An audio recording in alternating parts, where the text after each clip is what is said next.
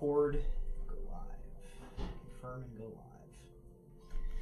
Alrighty, mics are hot. Don't be racist. I should stop saying that at the beginning of. Because it sounds like we're real racist. It sounds like makes it seem like everybody's racist like, normally. Yeah, it makes it seem like the only reason you shouldn't be racist is if you're on camera. It really doesn't help that everybody is the same color. Well, now we look racist because we don't have any people of color on the show. Yep. Way to point that out. Listen, Yep. I tried to make a diversity hire, but we don't pay anybody anything, and we don't have any friends, so I don't know what to tell you. And the ad was on Craigslist. Wanted diversity hire. We just got a lot of weird people who thought it was a sex thing, Yeah. and it didn't work out. I mean, it was a sex thing, but Hey, I just walked into still nobody applied. something about a diversity hire. It's a sex thing. Yep. God, I hope We I'm were trying to make the claim that we're not racist, and Adam was like, "Well, we don't have any people of color on the episode," and I was like, "I don't know what to tell you." I believe. And then I made a joke about a diversity hire, and then we took a weird turn into. All of this is gonna have to be cut out of the YouTube thing. We're gonna get demonetized immediately. Yep. Should we talk about racism? Oh, I punched the dog. Oh, now we're definitely Animal cruelty? Oh no! I went to Jesus. adjust my shirt, and Olive decided to put her face into my fist. This is going downhill very That's- quickly. This whole thing's falling apart. We really earned the canceled stamp tonight. Is it too late for us to Racism start, and animal like, abuse. Just Turn end, it just off. End, just end it. Just Start it cut again. it, cut it. Please Start delete the that. countdown all over again. You might have to. You need that Men in Black, like, memory flasher thing for, like, the two people who was in the show. Oh, goodness. Oh, special hell. Oh, God. Oh, as is tradition, Olive has unplugged my computer. You don't need it. Olive, come here. Thank you. That's fair. I really thought you said scare plane mode. Oh! You just flip a little button and then, like a tiny little horrifying plane pops up. Don't forget So your we're freaking at- fighter miles. Yes. Oh, my God. Wow. As Dracula get across the world, he takes a scare plane. Right, We're gonna cut like as soon as that transitions. We're all just gonna be dead on the table. I would like to believe that this airplane is just like an airplane, except instead of like the low ambient noise from the jet, it's just. Yes, it's They, like the sun from There's like Earth. turbulence, and those like oxygen masks come down from above, but instead of oxygen masks, it's just like one of those little like bats on the string. The pilot's got like a GPS system, and it's like, at the next cloud, take a fright! There's like 1 mild bit of turbulence for no reason. You see like the pilot like eject and the other co-pilot eject out the other side. And it's like, does anybody know how to fly a plane? You go into like the tiny little bathroom, you just hear like the whole tiger in there. The like the call stewardess button just goes like. Like I think we're just describing Delta Airlines. Oh man. One time I let my wife book our like travel arrangements for something we were doing, and she booked a flight on Delta Airlines, and I was like, "What have you done?" She was like, "It's fine. Shut up." I was like, "Okay," and it wasn't fine. Spoiler. Delta Airlines sponsor us. Well, sponsor us. You can't make this worse. Sponsor us, we're not wrong. Sponsor us. Technically accurate. I think I spent $10 You are on a technically plane ticket, correct. like more to not fly Delta. And I think I ended up saving $50 for the baggage fees. Yay. I've taken Southwest a bunch. Southwest is fine. American's fine. Southwest is like gross, but not I did bad. Spirit and Frontier. Spirit Airlines is where like it's like a Fred Flintstone plane, and all the Yeah. passengers have to put their feet out the bottom and run to get the plane off the ground. Yeah, I don't recommend It's actually that. just attached to a giant slingshot. They slingshot you into the air. And then everybody has to put their arms out like 3, this. 2, 1. That's not the right Catcher's stream. Oh. Skip playing. Hello and welcome to Happy Tabletop ending. Legends. It's Tuesday, and we're back for another episode. Haven't been canceled yet. We had a little bit of minor difficulties. We're getting started about 10 minutes after our normal time. There was a lot of unplugging, and plugging things back in for about 5 minutes before We had to riff about the scare plane. Yep, and then we had very important airplane puns to make. Look, this is the content that people show up That's for. right. This is what the people I want. like how we always make the joke about having been canceled. Like there's some sort of like corporate above us. Like Like it's not just us running this show. There's DM, no, it's DM. DM and producer Michael is like. I like to imagine that he's just like. We need like a cutaway cam where we like make a joke and then we like cut and it just cuts to him in a room and he's just like. All right, you get another week. I also like to think that's like good, I it haven't was been good. canceled yet. Then like jump cut to like a bunch of executives in the next room. They're like we're all looking at charts. We'll and get whatnot. him. Is it in the red yet? No, sir. Damn it! It's just one chart. It says like bidness. It's spelled wrong. There's an arrow. There's an arrow that goes down. There's just like a bunch of dudes in the background that are just like, yep. The graph with like the profits chart is like off the bottom, and they've taped a bunch of like Yeah. pieces of computer paper to extend the red line. Anyway, welcome. D&D. Here we are, Tabletop Legends, live on Proficiency Bonus here on Twitch. If you are not already, please follow and subscribe to Proficiency Bonus for not only our content, but all of the great D&D and nerdy content that is produced every day of the week here. If you're watching this at a later date on YouTube, thank you for joining us here as well. Please follow. What do you do on YouTube? You subscribe on YouTube. Hit that bell. And hit that bell. That'll be irrelevant in 6 months when they change it again, and it doesn't matter. Thanks, Google. Thank you to our sponsors, who we will hear from a little bit later in the episode during our mid-roll. And without any further faffing about, let's jump into it. That was the last faffing that there will Wayne G. be. weren't speaking. Jason, I will throw you. We rejoin the Fools Errant shortly after their return from Odrikholme in the northern kingdom of Valand. The group had left Niviria as 5, on a mission to recover a relic at the center of a series of disappearances. They returned, relic in hand, but at a heavy cost. Only 4 of the original group returned alive. A victim to the Lantern's power, a mostly catatonic young woman who a group of temple matrons had taken to calling Mavis, as well as Anaya, the priestess of Eldath, returned with them, and have taken up temporary residence in 28 Dorset, the apartments and sanctum of the Collective of the Arcane Eye. Kellen Forzair, however, was lost in the battle with some sort of sentient, hive-minded ooze, which was being created beneath the city for unknown reasons. Things grow complicated for the party. On top of the loss of their friend and traveling companion, the Fools Errant find themselves skirting the edges of something. Something larger than a few relic hunters doing jobs for a group of aging wizards. Something which seems to be taking on the shape of a conspiracy spanning the kingdoms. Something perhaps on an even greater scale.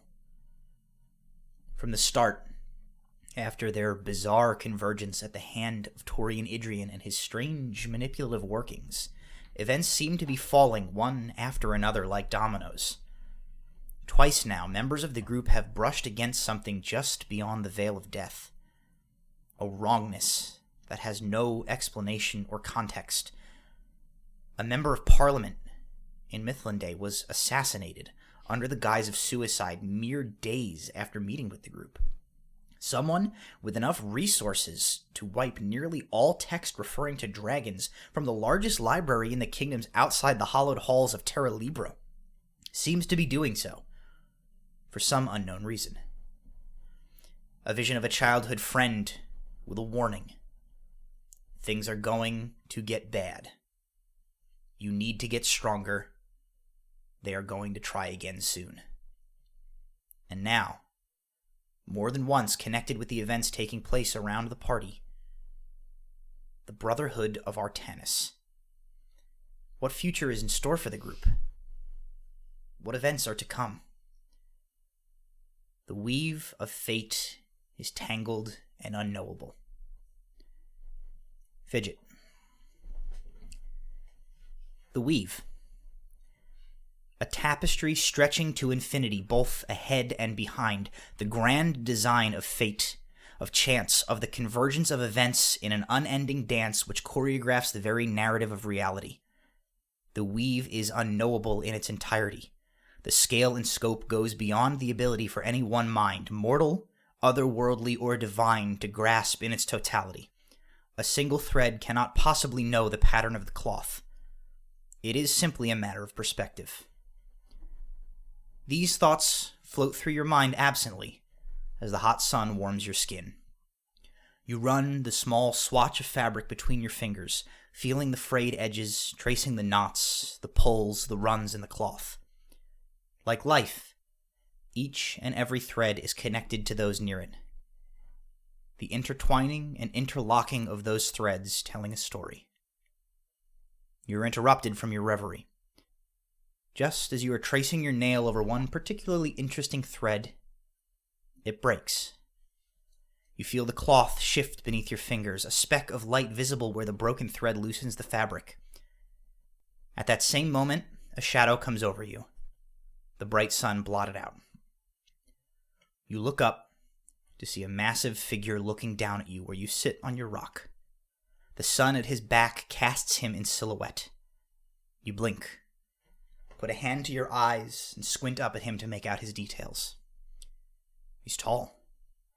Nearly 8 feet if you had to take a guess. Ash gray skin marked with intricate whirling tribalistic tattoos cover his arms, neck, and bald head. His worn leather armor is cracking at the edges. You notice some stitching has come loose near the collar. Across the front of the jerkin, carved with something sharp, are runes in the common tongue of the five. 2 words.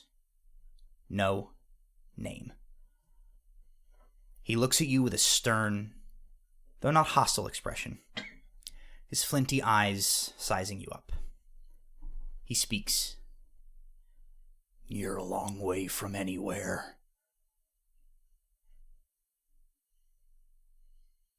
Excuse me, sir and or madam. I have questions. Okay.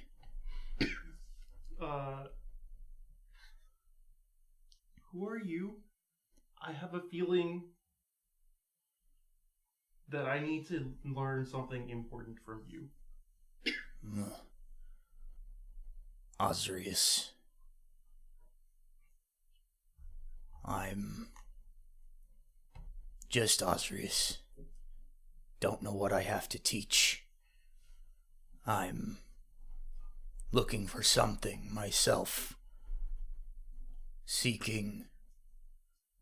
Searching. Don't know what it is yet, or when I'll find it. I've been walking a long time. Saw you sitting here. Thirsty. Do you have any water? Of course, just Osrius. I have water. Why don't we sit down and I have some questions. He nods and he says, okay. Sits down beside you on the rock. Where are you coming from? You said that you've gone a long way. And you don't know what you're looking for. He looks around over the landscape, the stony, arid badlands of southern Honorand, where you both find yourself.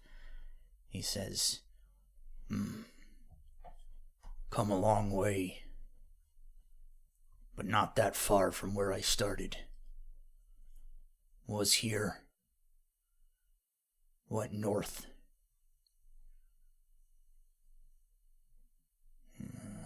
Mithlinde. Capital. Niviria, I think. Thought maybe what I was looking for was there, but thought wrong. Something tells me I need to wander on my own a bit longer. So that's what I've been doing.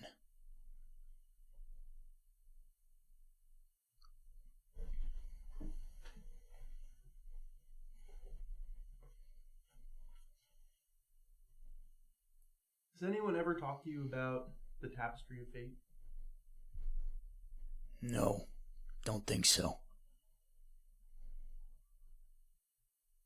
There are people who think that destinies are like threads. They get tied up with other people's.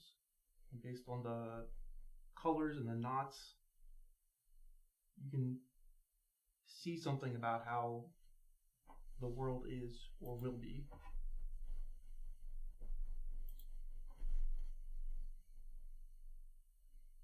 Something's not quite right.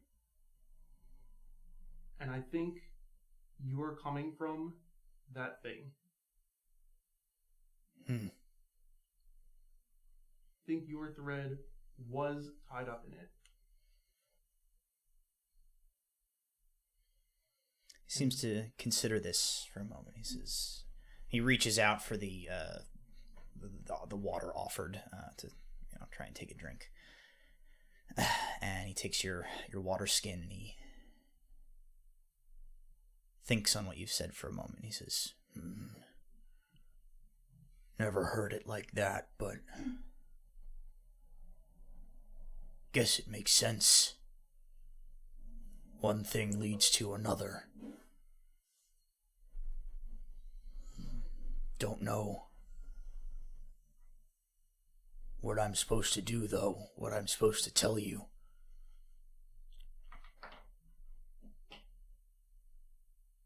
He takes a drink, closes his eyes afterward, gives sort of a satisfied, like...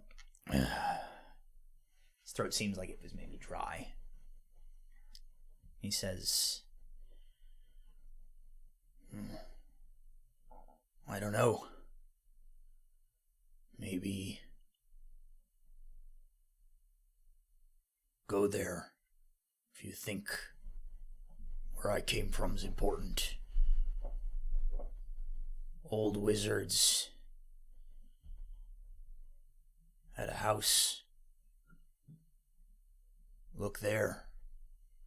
Maybe you'll find your answers. Just don't think that's where I was going to find mine. Well, I guess before we part ways, is there anything I can do to help you find yours? I'm very good at finding things.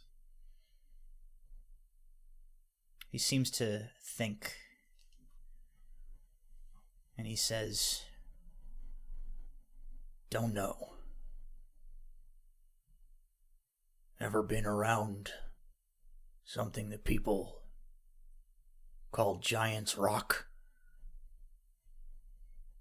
I haven't. He says, and maybe not. For now, he hands back your water skin. That's enough. Thank you. You've shared your sustenance with me. He reaches into a small pouch at his belt, and he says, you will take this. Fair is fair. And he holds out a single gold coin to you. As you reach for it, you see it is not the standard gold dragon used as the currency by the common banks of the Five Kingdoms. It looks older. The runes on it, if you are familiar, look like they might be dwarven. And as soon as you take the coin from him, you leave yourself. You are no longer standing in the deep wilds of the Honoran Badlands under the hot sun with this strange Goliath. You are in a dark, dwarven crypt. You see a chamber, a single stone slab in it. a pair of desiccated dwarven remains on the floor, along with a scattering of coins matching the one you were just handed. You are not alone in the room. There are others. Their features are indistinct. Silhouettes, as if the sun were at their backs as well.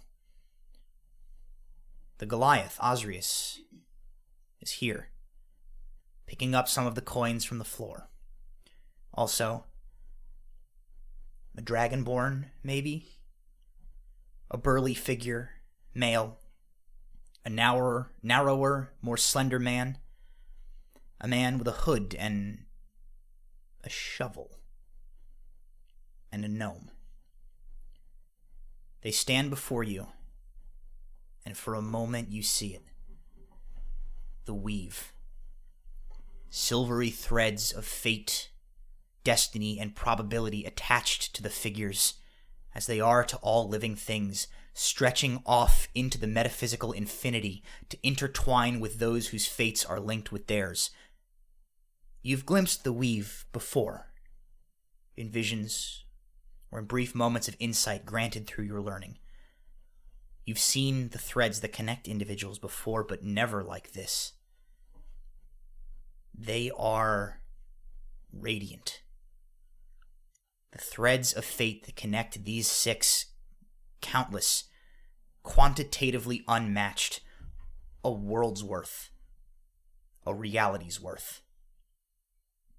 And without warning, the threads connected to the gnome are severed. Like a single, clean cut from a blade, the threads snap, coiling away like high-tension lines broken loose from their moorings. The gnome's form grows dim, hazy. He begins to fade. But there is one thread that remains. A single, silvery thread from the gnome to the coin in your hand. And from the coin now to you. You're standing in the hot sun again. Osrius is looking down at you. Okay. I'm gonna go now. And he turns to begin to walk away. I think I understand a little bit of what you've gone through, just Osrius. And I look forward to the day that our paths cross again. He nods. If that day comes, I will greet you as a friend, goblin. Kind of bows. And he walks off. Guess we're going to Midland Day to look for some old wizards. Alright. And that is where we will leave Fidget.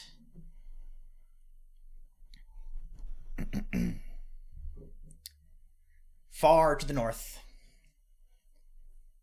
in the city of Midland in Niviria. It has been nearly 2 months since the mission to Valand. Namara is still working to contact a guide to lead the group to the village of Malat Ka, a tribe in Honorand, where she has a lead on her particular interest. In the meantime, in light of this and the loss of Kel, the group's last mission, the collective have been limiting their contract work to the less consequential items on their agenda. Simple escort missions for brokers and small items and spell components relevant to the group's work. Courier jobs to obtain small trinkets or magical items borrowed from other independent wizards or Midlandian royal arcanists. Very little that involves much danger or long periods of travel. Most of the time, just 1 or 2 members of the group is sufficient to take on a job. There is one member of the group who is taking things particularly hard. Nula. You spent most of this past month, 2 months, in your room, isolated, sleeping much of the time. You've elected to pass up on the contracts the collective has been giving the others. You've stayed at 28 Dorset, and you've grieved. Stanfield fixes plates for you at meal times, bringing them up to you when you refuse to come down. Dimios, Namara, some of the others have come to see you. or made a point to talk with you on your occasional forays out of your chambers or out of the apartments. You have always tried to be a source of light, of joy, and of heart for as long as you can remember. Growing up among your clan in the north, a counterpoint to their isolated and suspicious customs, among the ranks of the often severe and grim paladins of the Radiant Dawn in Lyra, and with your friends, the Fools Errant. But Kel is gone. You lost Cori when you were young. You spent years searching for her, holding on to something that you never got a chance to nurture back then, hoping. You made these new friends, and you've seen Cori again, if only briefly. Finally, after years of looking on the bright side, the universe seemed like it was rewarding you.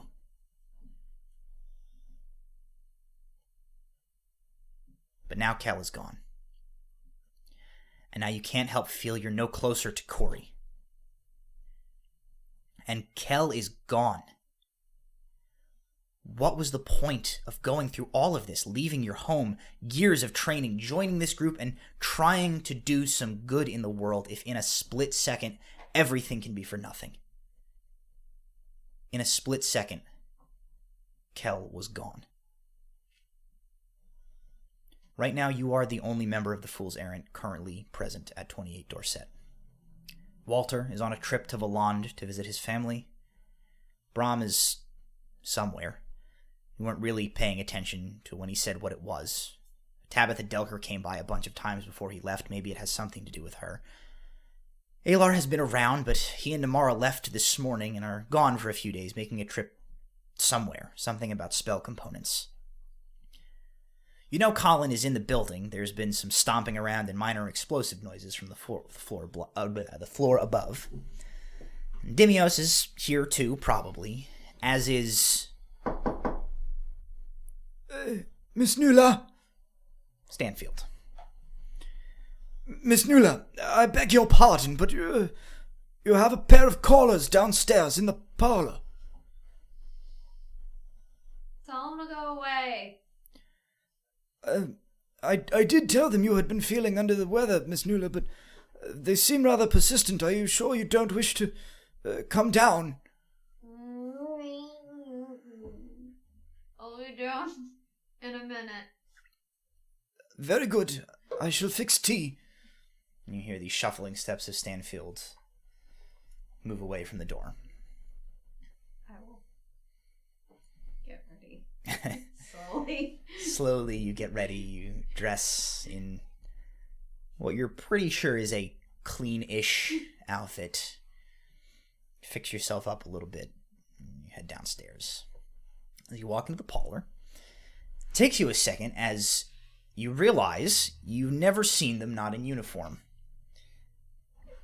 Gregory and Eldon are sitting on one of the couches in the parlor of the Collective of the Arcane Eye. They look up and both stand to their feet as you come in. The expressions on their face are sympathetic in a way that tells you immediately they already know what's going on. Eldon kind of waves a hand towards you. He says, "Good morning, Miss Nula. Been quite some time since we'd seen you. We were beginning to wonder if you'd not visit us again." And Gregory says, "But Mr.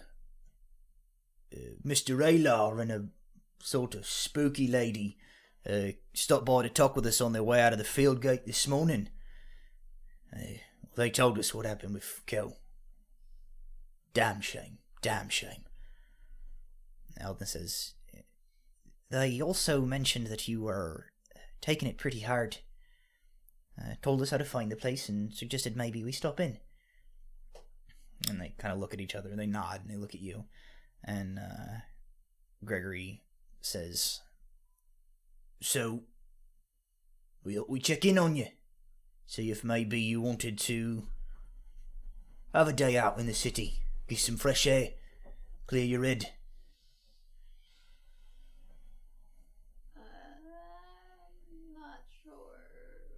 But I guess I should get out of that. Eldon sort of grins. Eldon grins at you a little, and he says, "Well, it's good that you see it that way. To be honest, it wasn't really a request. We were going to take you out of here one way or the other. But, well, we talked about it a bit on the way over, and we didn't really like our chances of taking you in a fight. But I digress. It's good to hear that you'll cooperate." He says, "Well, if you need a minute to get ready or anything, take your time, and we can take a stroll through the city. We'll do anything you like today. We've got we just finished a shift up this morning, so we've got the rest of the day free. We're all yours." And at this point, Stanfield, who, like, must have been right outside the door, comes in with, like, 3 bag lunches. And he goes, "I've taken the liberty of preparing a little," and he just puts them out and begins setting that, and he brings your cloak and he puts it on you, and he's like fussing with your scarf, and he says, No. She like wags a finger at the 2 off-duty guards, and he says, "You have her back at a reasonable hour, do you hear me?" And they both like, "On our honor, she'll come to no harm when she's with us." And then everybody has a good laugh at the idea that you need protecting by them by any stretch of the imagination. And you head out onto the streets. It is a clear day. The first real snow of the season fell about a week ago at this point, and there's still a few inches of snow kind of in the corners of the streets and on the eaves of buildings. And you guys walk about a half a block away from 28 Dorset, and Gregory and Eldon look at you. Gregory says, "All right, what would you like to do?" I don't know. I haven't really been outside much recently. And Eldon says, "Oh, skating in the park it is. Fantastic idea, Miss Nula. Come on." And he leads you guys off, and you head to the... Need my pointer. This here being the large strip of park in the Forest Ward. And somewhere in there, I can't see it from here, but somewhere in there is a little pond, which is quite frozen at this point. And a few like kind of pop-up stalls have been set up around the edges of this park, where some thrifty merchants are renting out these sort of contraption ice skate, medieval fantasy ice skates, and a number of people are just kind of out sort of skating around lazily on the ice. And 3 of you get some skates and you take off. How's Nula on ice? How do you feel like Nula's on ice? I don't think she's probably ever experienced. I mean, she's from north, so who knows? She also has a tail for balance. So. She does. You get skates on dragon feet. They're just big. They're just Really bigger careful. skates. Essentially, they're like a flat bottom part with a blade on it, and then just like a strap with a buckle. Yeah. As they're not like laced up hockey skates. They're very rudimentary. So Nula can be as good or as terrible at skating as you want. I think she's probably going to not have much balance. Okay, so Nula sort of she just does this. Gregory seems okay on skates. He sort of sticks with you a little bit, and he sort of just kind of like pushes you along as you do this. Eldon is like doing like loops and little pirouettes and like double axles and stuff. He keeps doing that thing where he like skates to one end and then does like a real like just like stops and a bunch of ice sprays. And eventually he comes back over to you and he says, "Oh, I've been skating on this lake since I was yay high." Where did you learn how to do all the spins and jumps? He says, "Oh, I had a local woman used to teach a bunch of the kids around here how to do fancy footwork on the skates. Michelle Kwan was her name." No. Sorry. Oh goodness. I was about to ask ask if you ever thought about competing in Mifflin Day Olympic. They call it the Triwizard Tournament. They have it every year. Brom had Cancelled. a skating instructor too. Her name was Tanya. Okay. Oh, jeez. She just, that's why Brom just instinctively cuts people with his skates That's why all the time. he skates around with the skates on his hands, cutting people. He's got that crowbar handy. Yeah. The three of you skate around for a little bit, and eventually you sort of get the impression that the two of them did some like pre-game planning before this, and Gregory broaches the subject first. He says, "So, you've been taking the loss of kill pretty hard, huh?" Mm-hmm. And he nods. He says, I remember when, I don't know, 10 years ago maybe now. How long ago was it? Gregory says, Eldon says, that's about right. It must have been 10 years on. He says, we had a buddy we were close to. Actually, Stephen, you've met Stephen. Terrible. You met his. He had an older brother. A man by the name of. Stephen as well. Actually, Stephen had a different name, and then his older brother died, and they just gave it to him. It's an insult to his memory. Sure, Stephen's older brother, Big Stephen, we called him. Big Steve, sucky Steve. Big Steve. He was everybody just loved him. He was a good guy, good man. Stupid thing happened late at night. Breaking up a dumb fight outside of a tavern, and some drunk idiot got a lucky swing with a knife, and we lost him.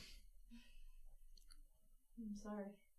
Eldon says, that was a bad day. I remember that's the closest I ever came to hanging up the colours and trying to find a different line of work instead of doing my duty as a part of the City Watch. It just seemed like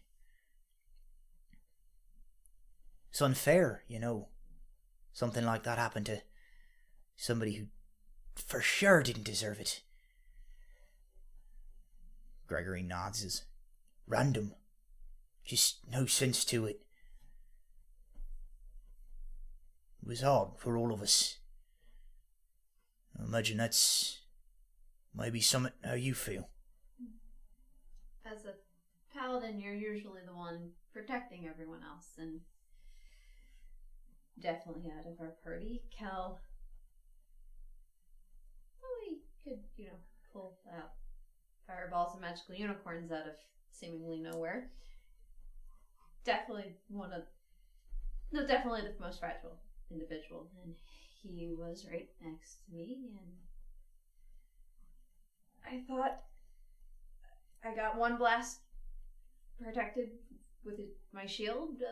There was another one, and I wasn't able to get it, and then he was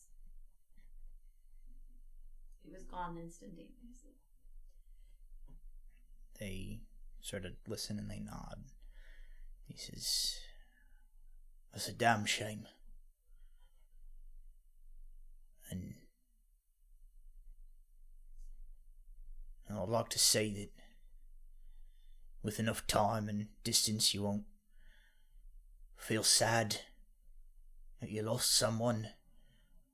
You won't feel angry. You won't feel confused, helpless. He says, I was on duty with Big Stephen the night it happened, and damn, it's been 10 years, and if there's not nights where I wake up and I think, had I just been a little closer, a little faster, And Eldon says, but what Mr. Aylar and the very spooky lady said to us is true. You've been just locking yourself up in your room, and you're not eating, you're not going out. Frankly, I know we haven't known you all that long, Miss Nuala, but well, that just doesn't sound like you at all. Not at all. It's just been hard. Like, I walk out here and I could, Kel would have been, walking the streets with the snow and, could have had a snowball fight, and unfortunately he's the size of the snow mountains, so that just wouldn't have gone very well. Let me check on this. Why, the poor little man would have been up to his eyeballs in snow. You know what I think, Miss Nuala. And I know that this is a platitude and everybody says it, but I can't imagine Kel would be too happy to see you going on like this. And I can't imagine your other friends, the ones who are still here, I can't imagine they're too happy with it either. It's the way of the world, harsh as that seems. I always thought, well, in the case of Big Stephen anyway, I always thought if you don't get back out there, keep trying to do good, then they died for nothing. Yeah, Kel always was able to make sure that we were all doing what was good. And I know immediately after his death, I did not so good reactions. They don't pry. They don't ask for any more information than you're willing to give them. They nod and they listen.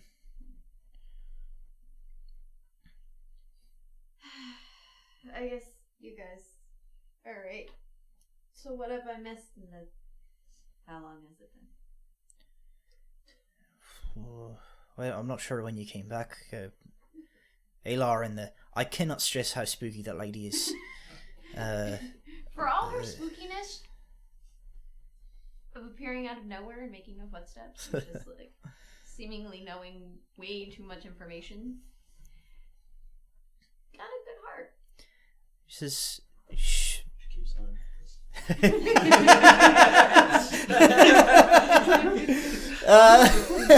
Beats every now and then. Gregory now says, actually, we already know who Aylar is, but we never met her before, but she knew who we were. She was the one who approached us, seemed to know us, seemed to know that we knew you. Spooky, but seemed like a nice lady. They didn't give us too much specifics, just said it'd been a couple of months of you having a little bit of hard time letting go. And this is not what my voice sounds like. This is what my voice sounds like. This is Gregory's voice. I got it. Too many. There's a lot. I'm dealing with a lot of things right now. But we thought you was always the type to help others.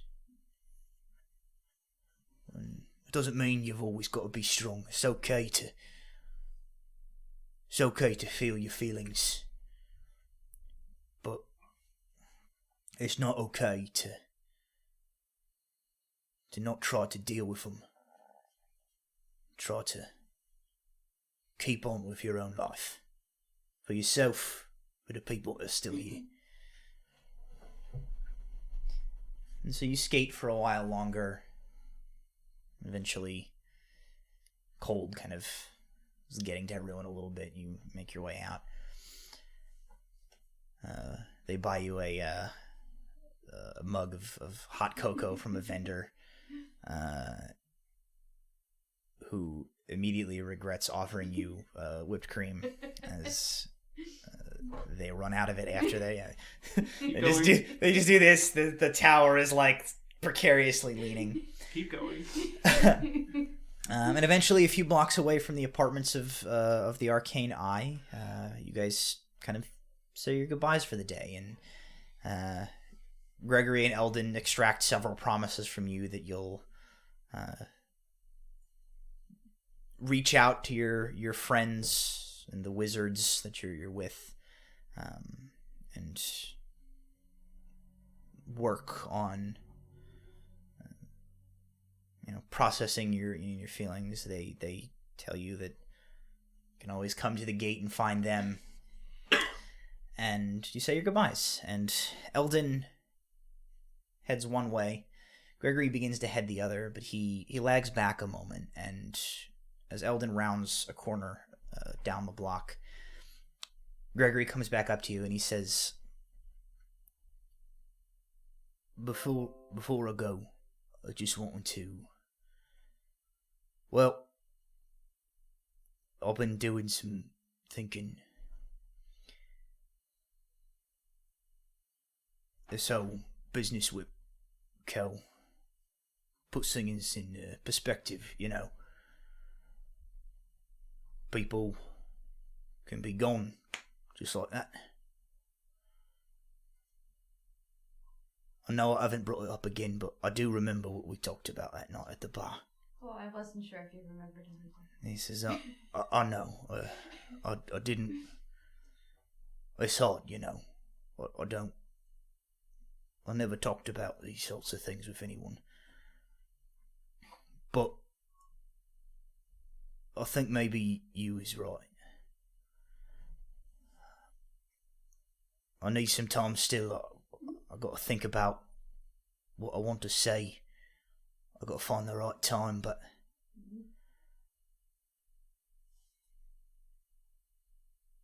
it's better not to risk leaving something unsaid. I'm gonna tell him how I feel. And he kind of gives you a sort of a slightly awkward kind of one-armed hug, and he says, I go for it. Oh, Miss Luna! Oh, you're hurting me. Oh, thank you. I appreciate it. Good back cracking. Yeah, he's like, oh, okay, all right. I'm gonna do it soon. You're a good person, Miss Nula. Thanks. Mm-hmm. And he parts ways as well. Out of game question. Yes. Is there Valentine's Day in this world? Oh, there sure as shit can be. But it's called Valentine's Day. It is called Valentine's Day. She just mispronounced it. Val. It was named after a famous martyr, Val and Time. Alright, anyway. Meanwhile, I need like a little sound intercut there. Brom. Valand, as always, somehow finds a way to really pile some shit onto your life. The Brotherhood. The Brotherhood. You fell in with them when you were hardly more than a teenager. You thought you knew what they were about. A favor here, a job there, work for the greater good, but no real agenda of their own beyond that as far as you ever knew. But if that was the case, what the hell was that nut job doing in Odrikholme? Blasting people with that spooky lantern relic? Feeding them to some sort of monster? What could this possibly have to do with the Brotherhood or its plans? It seems maybe you don't know nearly as much as you thought you did. And of course, is what happened to Cartwright Delker. Tabitha Delker contacted you just yesterday. She wants to meet. She's turned something up. You are in the guild ward now, sitting in a small tea house where Tabitha told you she would meet you. As you look around, you have to admit she's done a decent job picking location. The room is not too empty as to be easily overheard, but it's not packed either. There are a number of booths with high-backed benches set up in such a way that it's difficult to overhear anyone talking quietly in an adjacent booth. You can likely speak in private about whatever information she has for you without fear of being eavesdropped on. You're there for a couple of minutes when there is the tinkle of the bell as the front door opens, and you catch sight of a topaz cloak and hood entering the room. A moment later, Tabitha comes around the side of the booth and slips in across from you. She lowers her hood. Her dark hair is braided into a single rope which hangs over her right shoulder. She's wearing a dress of blue with silver embroidery that matches the cloak she's wearing. "I've got something," she begins with no preamble.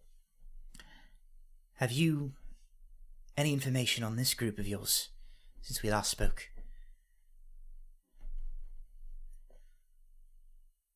Do I? Have I gotten a response from the... No, you sent no. The only information you have is the shit that happened in Odrikholme and Valant. And I haven't told her about it. You have not told her about it. This is your first face-to-face meeting with her since then. Well, I haven't heard anything directly from the organization, but something real suspicious happened. So we ran into a fellow on one of our excursions who was doing some pretty messed up stuff. It's not really, I won't get into details, but long story short, he was a real screwed up guy doing some terrible things. We had to take him down. He was wearing a ring similar to your father. It's the same ring, right? It was Same ring. Yeah. Not the same class ring style, like same cut and design. She says, "The same ring as my father. Do you know the man's name? Was he..." You don't, but Brahm does. Yeah. He was also a... fun story. I don't either, because I don't remember what it was. He was another City council. city councilor guy. It was city councilor something villainous. Steve. Yep, Steve. Stabbington. Solomon Lazar. Steve Stabbington. Solomon Lazar. Solomon Lazar. He was also a member of the government.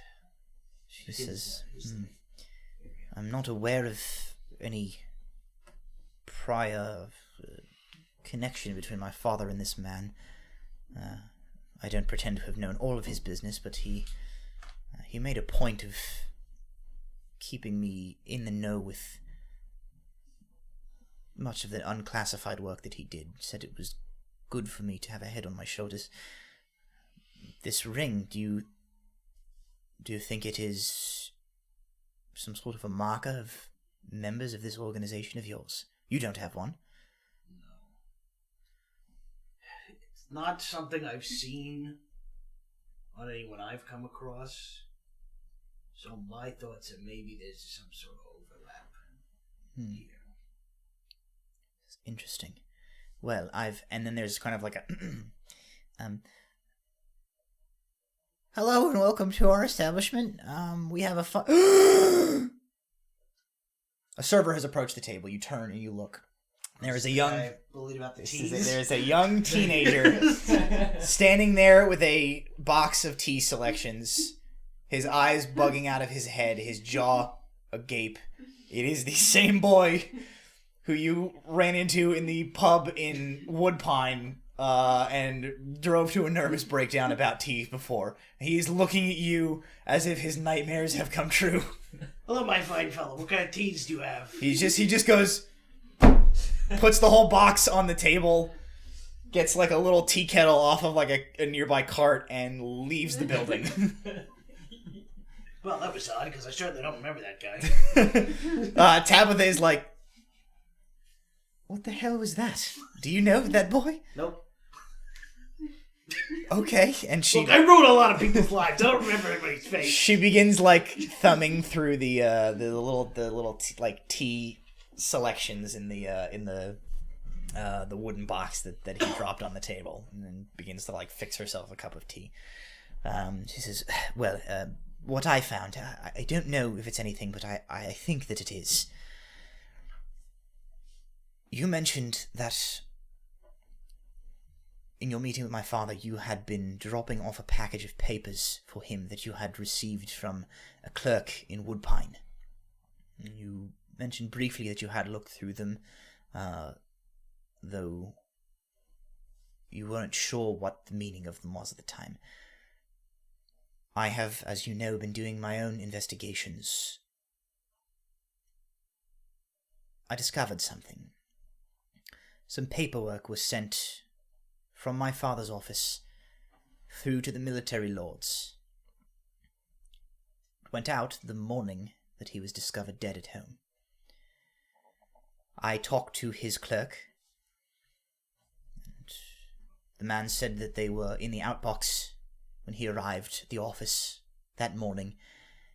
He didn't remember them being there when he left the previous day, but he waved it off. It was not unheard of that my father might return to the office and finish up some paperwork. The man assumed that that is what happened and submitted the paperwork as normal. But I felt it warranted further investigation. I did a bit of digging, a bit of light bribery. There may be a page in the Hall of Law who is under the impression that I am interested in letting him grope around under my bodice, but I got a copy of the paperwork that was submitted that morning. She reaches into her cloak and pulls out a package of papers. I'd like you to look through them, Mr. Replock. Tell me if they are the same ones that you delivered to my father, or if there's any connection that you can see. She slides the packet across the table to you. Okay. I go through them. Okay, you look through them. They are of a very similar ilk to the ones that you delivered to Delker. However, as you look through them, they paint a very different picture. You remember looking through those documents, and they were reports on scouts near the border, Mithlandian scouts, troop movements across the border in the Ignean Empire, supply caravans, the movement of personnel and equipment, and the adjustment of various trade levies across the border. It was a lot of it above your head, but you drew the impression that it was something that painted a grim picture of relations with the Ignean Empire. In Brahm terms, it looked like some people were up to some shit. These, however, look like they are altered versions of those same types of documents that paint what you almost would say is the exact opposite. These documents that got passed on from Delker's office the morning that he was found dead in his house and sent to Mithlanday's military strategist paint a picture that almost looks like tensions are easing. Troops are moving away from the borders. You have no way of knowing what's what. You just know you have now seen two sets of these documents. One painting a picture of increased tension and potential problems at the Ignean border, and the other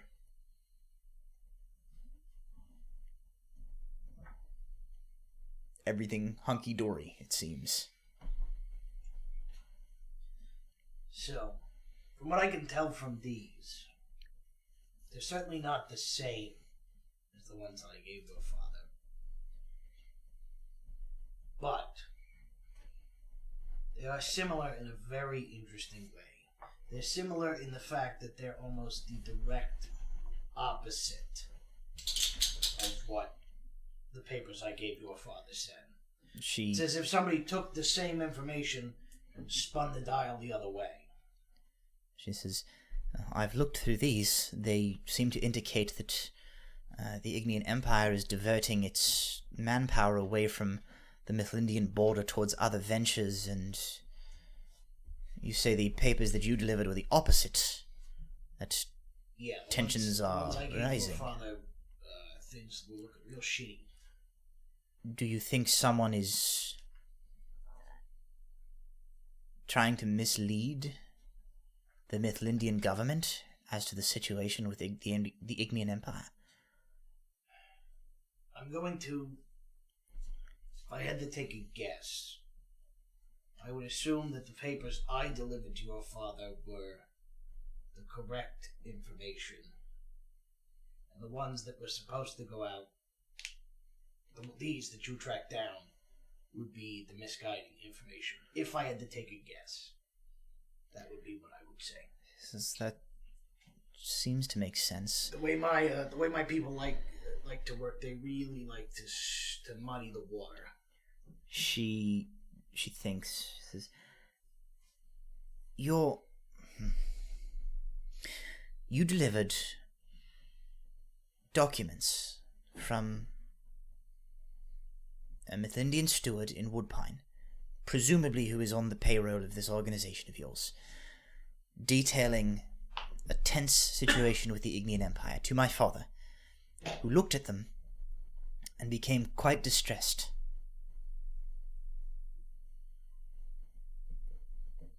Then, as far as we know, several days pass and he does nothing with that information that you gave him. And then he apparently kills himself. And these falsified papers go out from his office the next morning.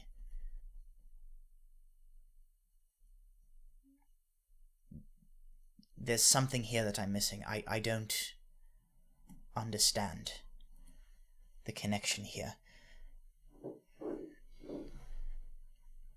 He says, Mr. Repluck, do you have a way in emergency situations to contact this organization of yours and meet someone face to face? I know you sent that letter that hasn't been resolved, but is there anything that we can do to try and talk to someone? Well, yes and no. First of all, I doubt anyone's going to talk to you. He says, you at least then. Perhaps you can get a hold of someone and spin some story to get information. There are ways. The trouble with that being, once I send out the call, somebody's got to answer. And if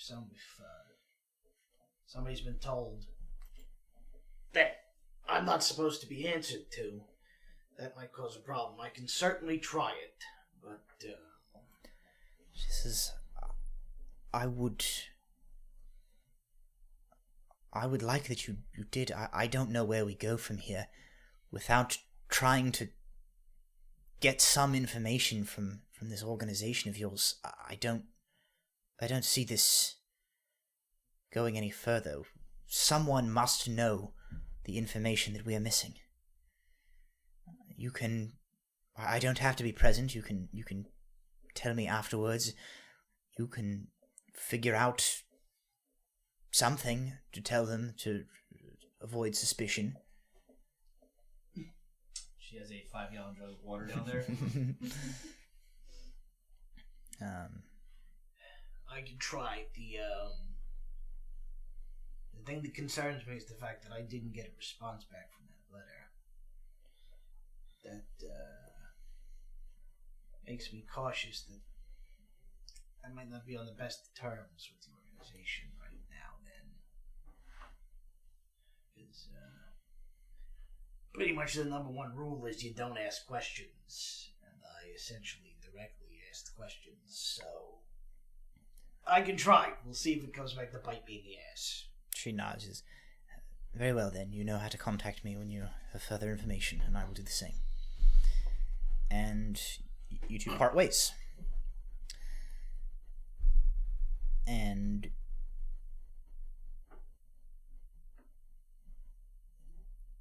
what's your plan? To contact these guys and ask for a direct meeting with somebody. Just write a suicide note, send it out, hope for the best. Yeah.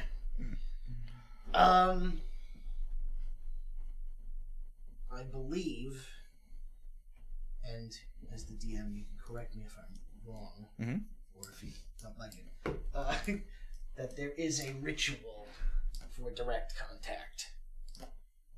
Sure. So I'm going to head to the market for the necessary supplies. All right. Puppet stuff.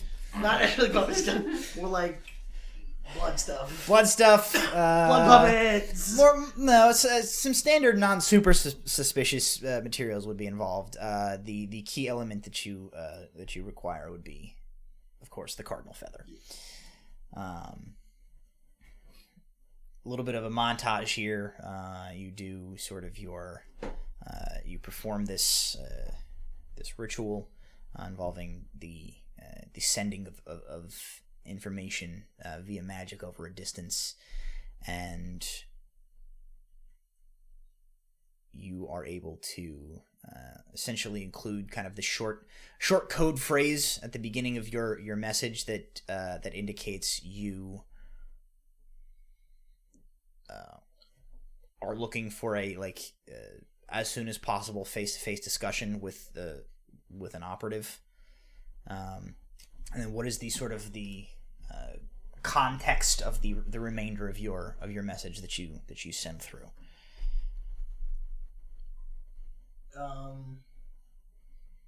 It's essentially like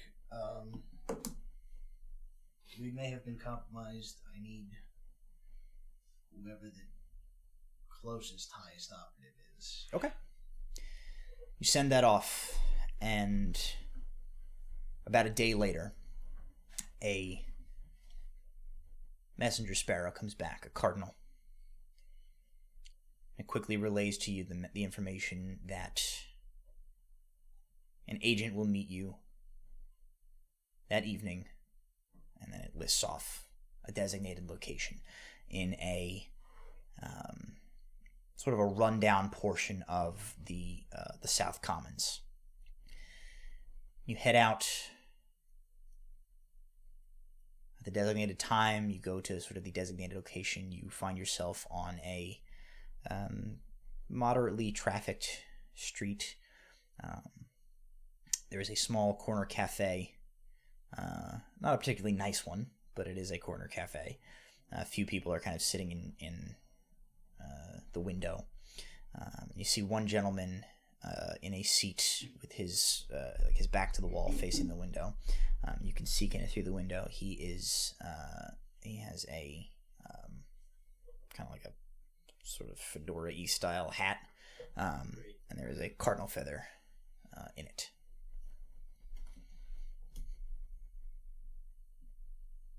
All right, I will approach. All right, so you enter in. He looks right at you as you walk in. He's a human, vaguely somewhere 30s. He's like astonishingly nondescript. So nondescript that it's like almost seems like it's something that he's doing on purpose. And he just gestures towards the seat across from him as you enter. And he says, Abraham Repluck. So, you sent a call out. yes, I did. Go ahead. So, first of all, I sent you guys a letter a couple months ago. Didn't hear anything back, so that's some concerning shit right there. He nods. He says, I was briefed on all of your recent activities. In preparation for this, I am aware of the message, as I would think you are aware that it is abnormal to send inquiries of that nature regarding a completed task. Yeah, this was a bit of a rare circumstance because I completed that task and then that guy ended up dead. So basically my inquiry was, were we the ones who wanted him dead? Because if we weren't, then it doesn't matter. But if not, we might have a goddamn problem. He seems to consider his words for a moment, and he says, the sudden and unfortunate demise of Member of Parliament Cartwright Delker is certainly a national tragedy. It is, however,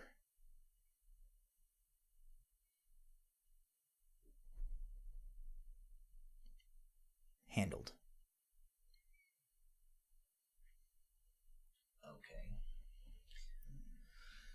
Look, I know our whole thing is supposed to be don't ask questions, but how about a little better information next time?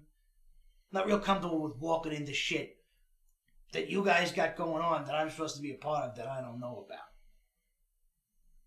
I think I've served this organization long enough and well enough that you've earned a little more respect than that bullshit. He considers, he says, well, if it is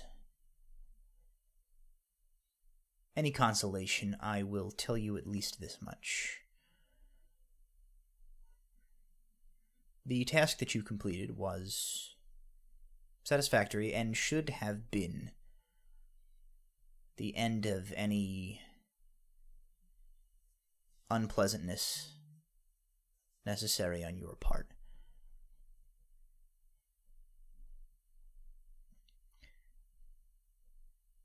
As I said, the passing of Member of Parliament Delker was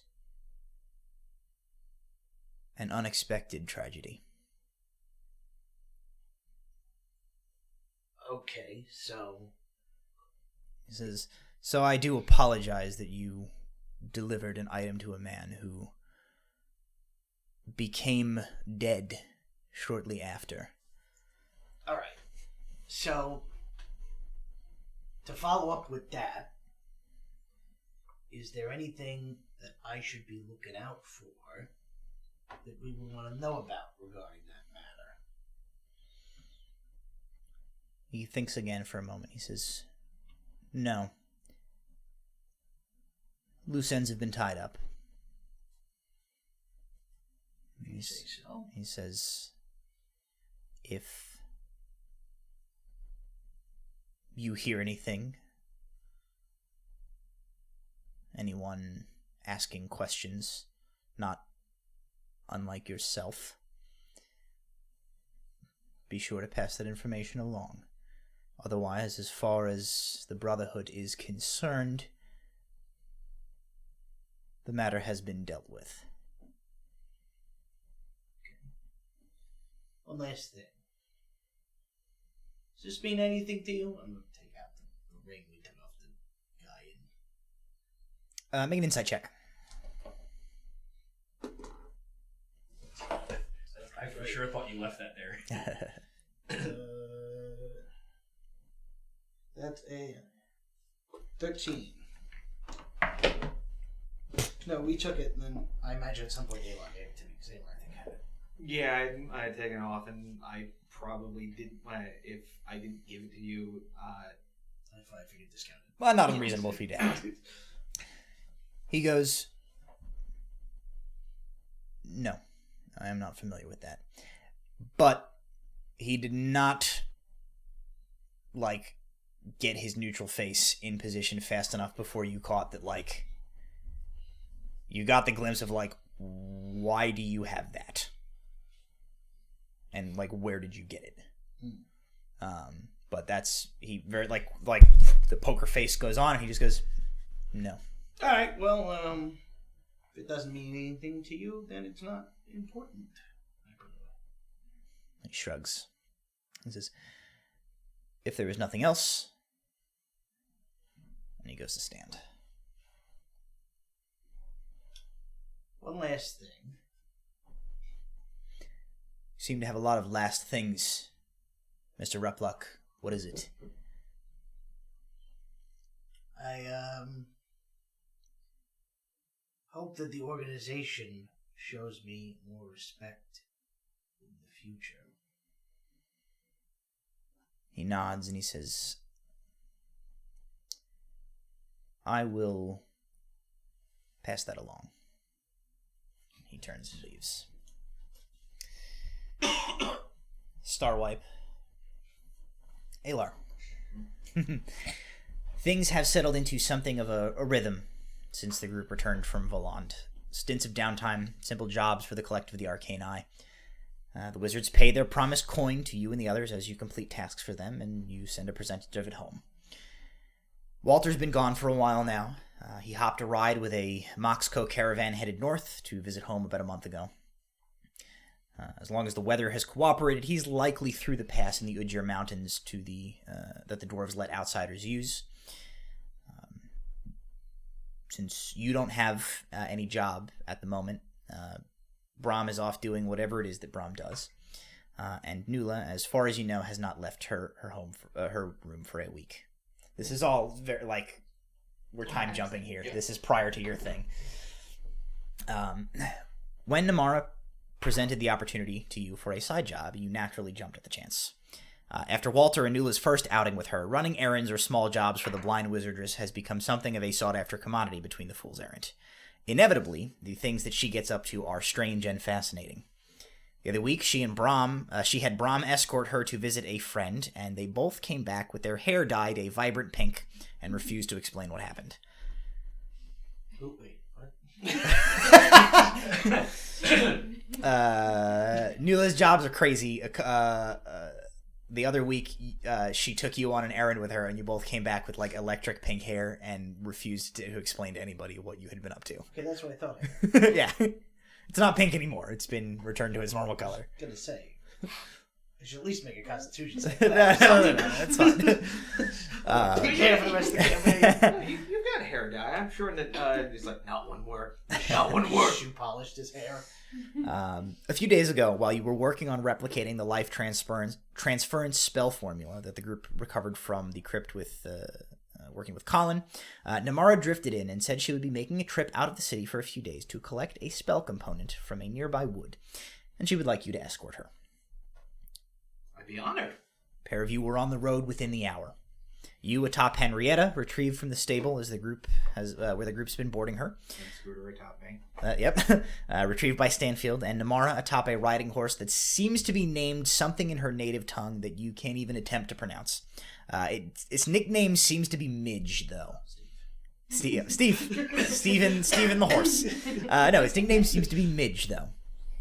You have no idea how she knew who they were. But Namara stopped to talk with Nula's guard friends, Eldon and Gregory, as the pair of you were headed out of the city. She told them about Kel, and the two of you asked if perhaps they would pay her a visit. 2 days' ride later, you find yourself following Namara through a sparsely populated wood. The first true snow of the season fell about a week ago, and lays here untouched save for animal tracks in the area. Henrietta and Midge are settled in with feed bags and blankets back at camp. You've had to do most of the work setting up and breaking down camp. Outside of the city and her familiar surroundings, Namara's disability is much more apparent. She has relied on you a great deal navigating and performing tasks that would otherwise be challenging for her.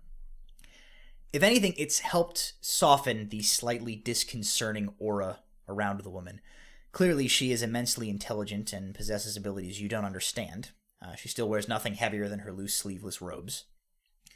But it is much easier to see her as what she is. an aging woman who has lost the use of her eyes. "We are looking for a specific tree," she says, walking through the shin-deep snow, one arm linked with yours, as she relies on you to ensure both of your footing. "I can tell we are close, but you might spot it before I can pick it out. It has been struck by lightning. Quite useful, you know.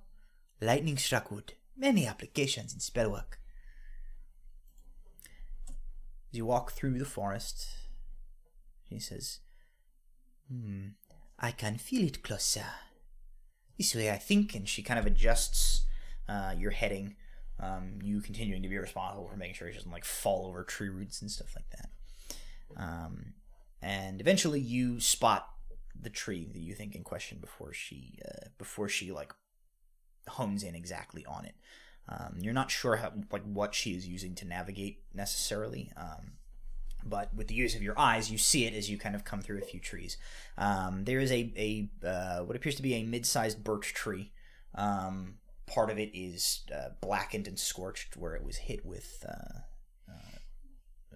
bolt of lightning at some point, probably in the recent past. She says, "It is close, I think."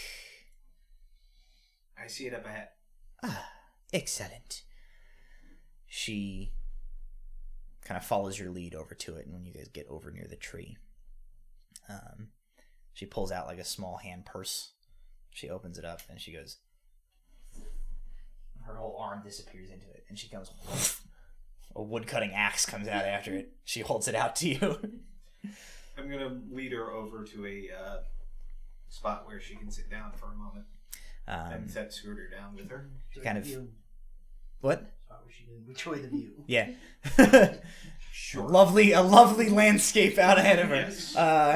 But she's pointed right at a tree. Yeah. No, so she settles down and she says, "It will not be necessary to cut the entire tree down. Just a few branches will do. More than enough spell component can be taken from that amount of wood. Better to leave the thing intact." All right. Looks in the tree for a moment. Looks a little bit higher up for a few branches, and then he's gonna, if the tree looks like it can hold him, he's gonna try and scale. yeah, you up. think you can probably climb up there and kind of hatchet off a few branches from the portion that was hit. No checks or anything necessary. You kind of scrabble up there. 20 or so minutes later, you've sort of hack, chopped off a couple of slightly charred branches and dropped them down to the ground below. And as you scale back down, you sort of approach, and you assume she hears your boots crunching in the snow as she kind of turns and says, "Excellent," says. "That is, I think, all we will need. Can return with these to the city." All right. Place the axe back in her hand. She, "Thank you." Disappears back into the purse. That is never gonna get old. Pick up the branches, grab them up. Bundle them in, and you guys set off. She says, "Thank you for accompanying me on this task. It is very helpful." You're teaching me too. Anything I can learn about magic and the arcane arts. She sort of smiles. She said, "Oh, I think before this trip is over, you are going to learn something very interesting." She kind of thumbs back at the lightning-struck branches that you're carrying. She says, "This is the last thing that we needed. We have learned what we are going to from the Black Wand. It is time to destroy it. We will need your help with the ritual." My help? I'm a thief that knows a couple of tricks. "Ah, but you are a warm body. It is fine." She pauses. She says, "It's not going to hurt you, I promise." Okay. Dispersion of energy, it is very complicated. Needless to say, we need a certain amount of people. I'm honored. and you guys kind of begin heading back towards the horses. And she, kind of out of the blue, she just says, "I lost the use of my sight It must be 20 years ago now. She gestures at the kind of the tattoos along her arms, and she says, "This has been a true savior for me. It is an ancient tradition among my people." Frowns. Of course, the Nivirians and now the Ignians have stolen it, perverted it. They have their own. But this, the true way, it allows magic to be imprinted on the skin. It comes with abilities that are helpful. She says, "I do not get cold. And though my eyes do not work, I can still see magic, I suppose you would call it. It helps me get around. It is better where there are more people. I can almost navigate by it." She says, "Out here, not so easy." So, were I to cast a spell, you would see magic form She says, and the ability? Indeed. She says, "I also," she kind of turns, "in a way can see you. All people, whether they have the ability to shape and wield magic, all people are touched by it in some way. All living things, really, but most plants and lower life forms do not have enough for me to pick up. But you, your friends, any magic user especially," she says, "the branches you drag the tree," she says, "I can make it all out. The magic, if I can describe it from when I could see, it is almost like tiny fireflies that cling to surfaces. Can make out impressions that way."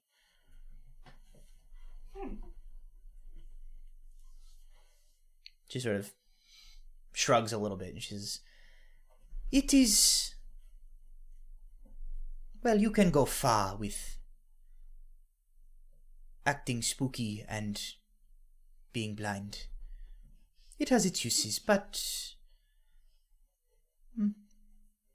it is nice to just be a person every once in a while." And kind of, for a moment, you really sort of get the sense from her that kind of the facade of this weird otherworldly, you kind of see it's sort of a persona that she puts on, and out here in the woods she's just an old wizard. And you guys travel back a couple days journey back to the city, back to 28 Dorset. Nula is perhaps out and about a little bit more. Probably be watching Colin do whatever it is that he's You doing. guys arrive. Sure. With So a cup of tea. Yeah, you guys get 10 back. minutes, he's like, "Where the hell are you?" You Kinda guys, with goggles on. you guys get back to the 28 Dorset, and you head upstairs. You're kind of dragging your bundle. As you come in, Stanfield, from a distant room, he goes, "Be careful going up to the Arcanum. Colin is in a mood. Lady Nula's not helping." Thanks for the warning, Stanfield. I despite the fact that she has no sight, I pick up a set of goggles and I hand them to Mara. Send some on my own. You guys put them on. You walk to the second floor, to the third floor. As you approach the door to the third floor, you hear and Amara goes, and she picks up a silver platter that's on an end table and holds it in front of her like a shield as you guys walk up. And you open onto the third floor, and god damn it if the laboratory has not had a bunch of tables and books overturned at either end. And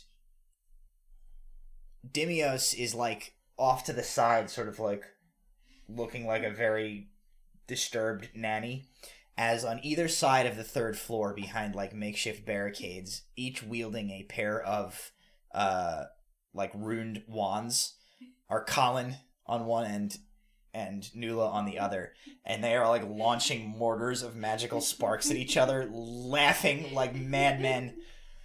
You guys come in just as Colin goes, "Fire in the hole!" and fires this like mortar of orange light, which Nula like pops up from behind her barricade and hits her square in the head and just goes like pfft, in a little firework. She seems completely unharmed. Colin's laughing his ass off. Like,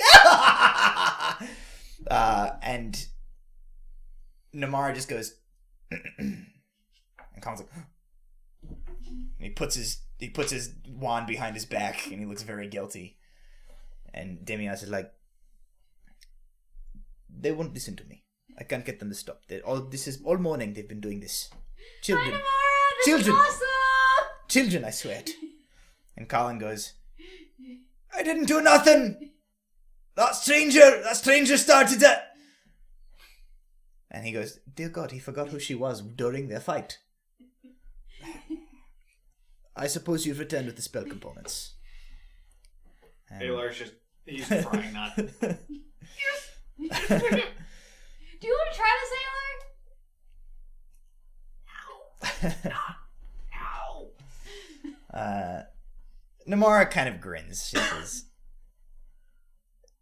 Perhaps we can continue this later. Since you are here as well, Miss Nula, there is something we should do. she turns towards Demios. She says, More rockets? Well, there will probably be an explosion if that is helpful. And she says, yes, Demios, we were successful. We have enough lightning-struck wood to complete the ritual and then some. And he kind of nods. He's very good. Colin, put your beard is smoking, Colin.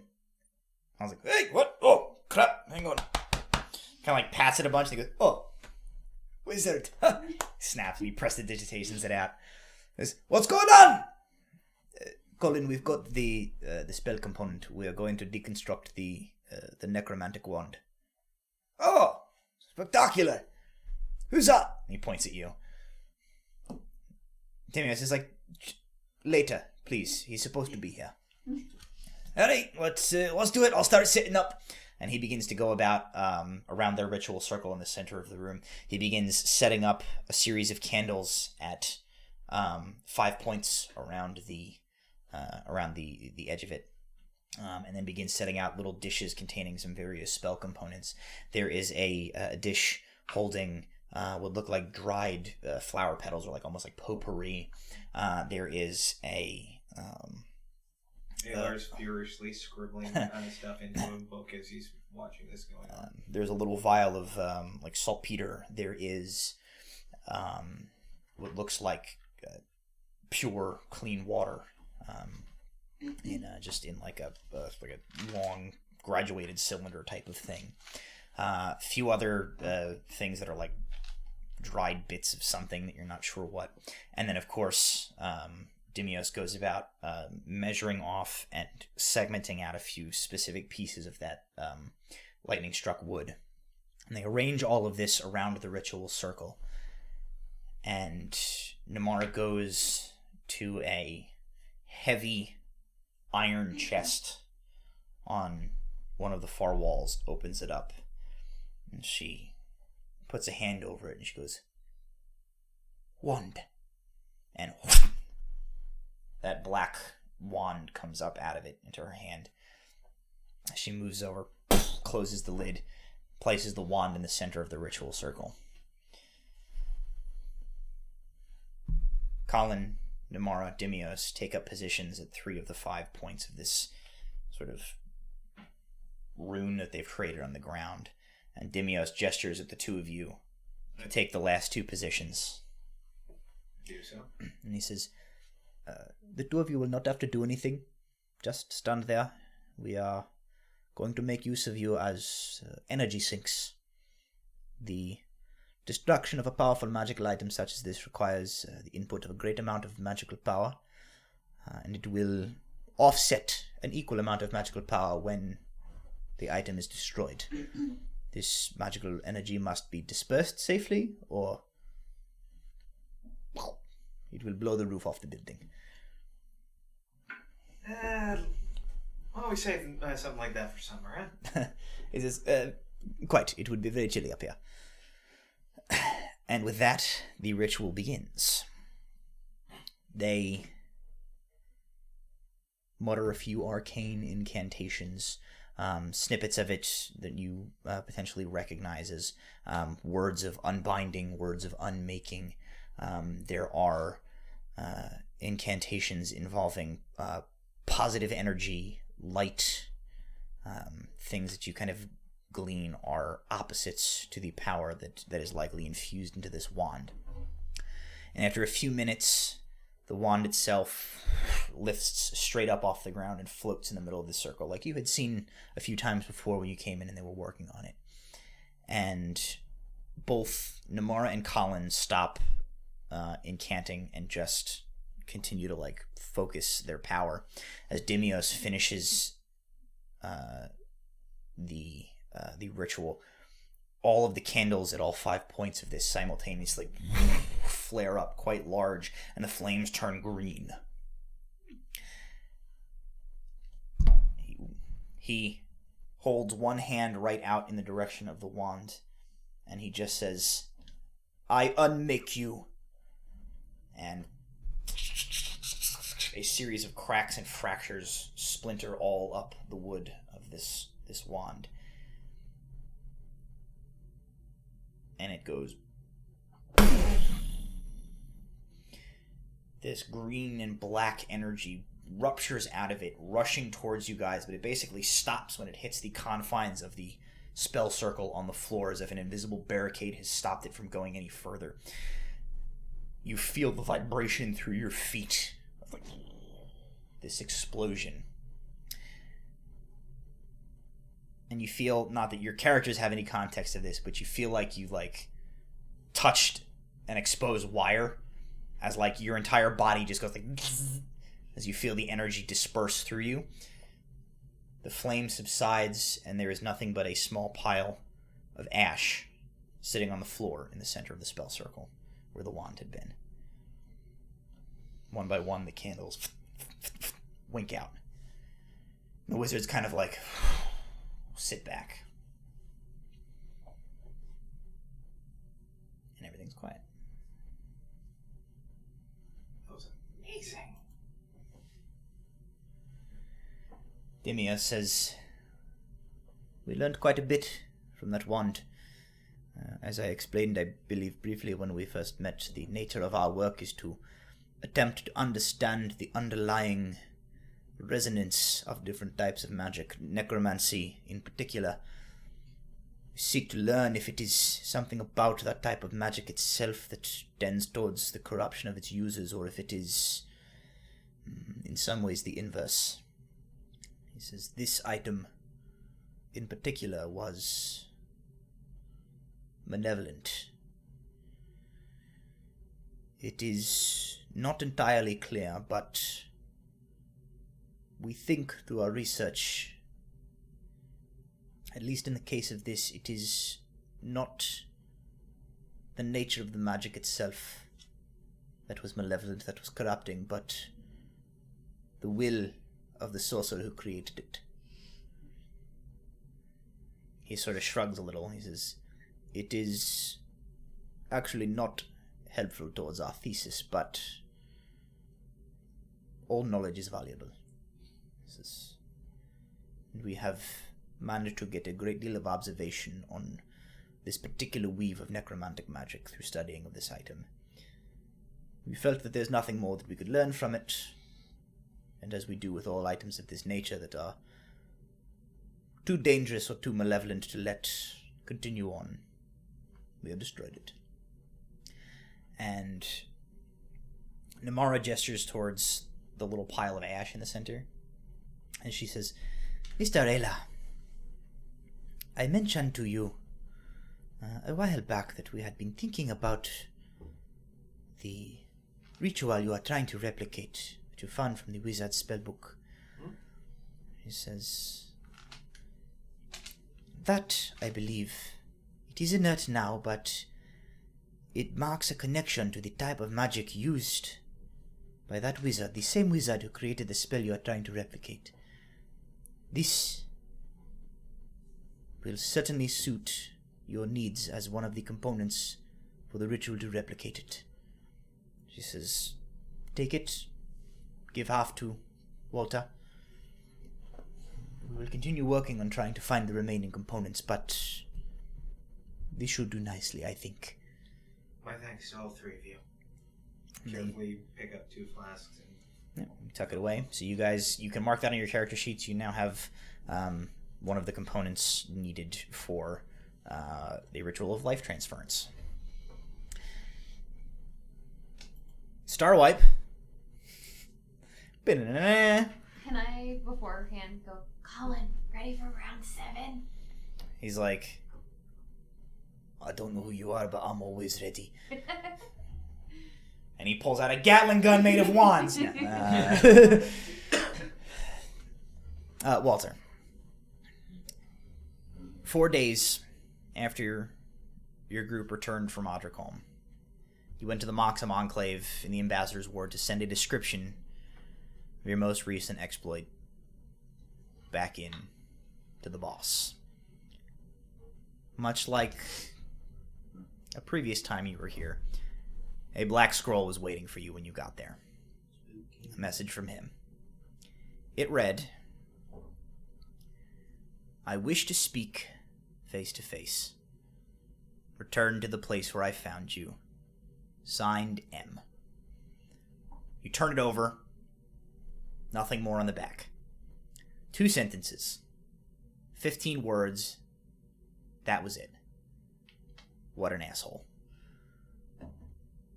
You turned right around. You walked back to the Enclave and you told the prim woman at the desk that you'd be accompanying their next caravan heading up through the pass. You were out of the city within 3 days. Quick explanation that you were taking a trip home to your family in Diamond Vale, and that you'd return before the spring thaw, and you were off. The trip north took a little over a month. With fresh horses swapped out at every outpost station in town along the route, the Moxham caravan made good time heading up to the pass through the Ujir Mountains that the dwarves keep clear for outsiders. Another 10 days saw you to the outskirts of your hometown. Diamond Vale. Nestled on the rocky slope at the foothills of some of the jagged northern ranges, it sprawls out over a good deal of land. From a distance, it is a dirty, muddy smudge. Should we mute the mic so you blow your nose? It is a dirty, muddy smudge on the landscape. Up close, it is a dirty, muddy array of modest wooden buildings for the few hundred residents of the town. An inn, a tavern, a trading outpost, a few other commercial buildings, and of course, the depots and mining operations that serve as the lifeblood of the town. Moxham's letter gave no indication of a time frame, but you've been dealing with him long enough to know how he operates. You'll go home, visit Ruby and the children, and when he wants you, he'll find a way to let you know. You're home. Small and modest, but it's yours. It's been, a year? 14 months since you last passed through here? It looks much the same as you remember it. You can feel free to describe Walter's home if you would like. It's a modest little 2-floor house, largely living area upstairs, or sleeping area upstairs. Simple hearth, single room in the downstairs. Small shrine in the corner. The eating table, things like that. The shrine contains Photos of Ron. photos of Rom. Yep. The shrine is a small stone pedestal with a velvet black and top with a purple rim. And seated on top is a bleach white human skull with a triangle surrounding it. As He enters. He greets Atticus, the great grandfather of his, who was the first one of the early residents of the town, and then his wife and children. All right. Still To alive. be clear, Atticus is the skull, right? Atticus is absolutely. Oh, okay. I was gonna say. I was like, he's still alive. The first of his. Hey there, Bertie, I'm 130. Yeah. No. He's like 350-year-old skull. No. I So ain't got nobody. you are home. You are home. It does look much the same as you remember leaving it, as you have described there. On your way in, you noticed one of the shutters on the outside was loose. You'll have to fix that, and the fence could probably use a few posts. And you walk in. What's up, Atticus? And you kind of think, and then you are tackled around the midsection by what appears to be a half-size battering ram. And "Dance book!" shouts a voice. The effect of the shout lessened by the source of the noise being smashed into the front of you at this moment. Your middle child, your daughter Jade, is about to crush half of your ribs. She is squeezing you. From the other room, your eldest, Walter Jr. Small shovel. Yeah, he has a trowel. Your eldest, Walter Jr., and his trowel come around the corner. And your youngest, who is about 4 at this point, and is you would gauge about 3 times larger than the last time that you saw him, come out of the other room. Immediately cast dancing lights, so they all have like a little orb of light over their heads. Little so they orbs can of just, light. Like, orbit their heads. This probably having been done before, they kind of they laugh and Oh, Dad does that one thing. Elliot that he does. Elliot sort of father. like- Finger goes back out. Elliot runs around like he's holding it.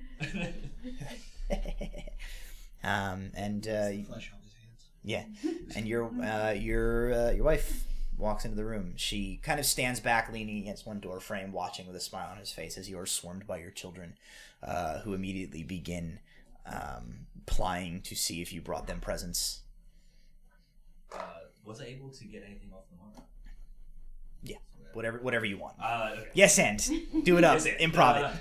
Well, I have so many things for you guys, but The words of a father who brought nothing and is panicking. I got these minor illusions. These wonderful airline peanuts. Well, these trail rations. Do you like I got this wooden eye that I won in a card game off of the guy in the caravan I came here You with. guys like skulls? Obviously. How do you guys feel about severed heads? Because boy, do I have a collection. Great grandpa's sitting on a pedestal, so I don't think they're. I like it. Yeah, so I will hand them each a little medical trinket. All right. I was able to steal, like Medical He was able to steal. Magical trinket. yes, a scalpel for the young one. Nice. Is this a used syringe? Thanks, Dad. Count it up front. We live in a mining town. Add it up. Went from the lawn. It's just full of medical waste. Yep. So you give each of your children a little toy courtesy of Namara. Satisfied with their tribute, they then begin launching into 3 simultaneous recounts of everything that has happened to them recently, full of non sequiturs and accusations of the misbehavior of the other 2 siblings. It is nonsense, but it is the comfortable nonsense of your children, and the content of their rambling narratives is less important than the fact that you are home and you are hearing their voices. And after an appropriate amount of time for them to stop vibrating off of the walls, your wife kind of like intersperses her way between them and is finally able to greet you. And she says, "Things are going well. You look," kind of looks you up and down. "As far as I can tell, you have all the Same appendages you left with last time I saw you. Always a good sign. Yeah, we, As you can see, you. You have to check on that later.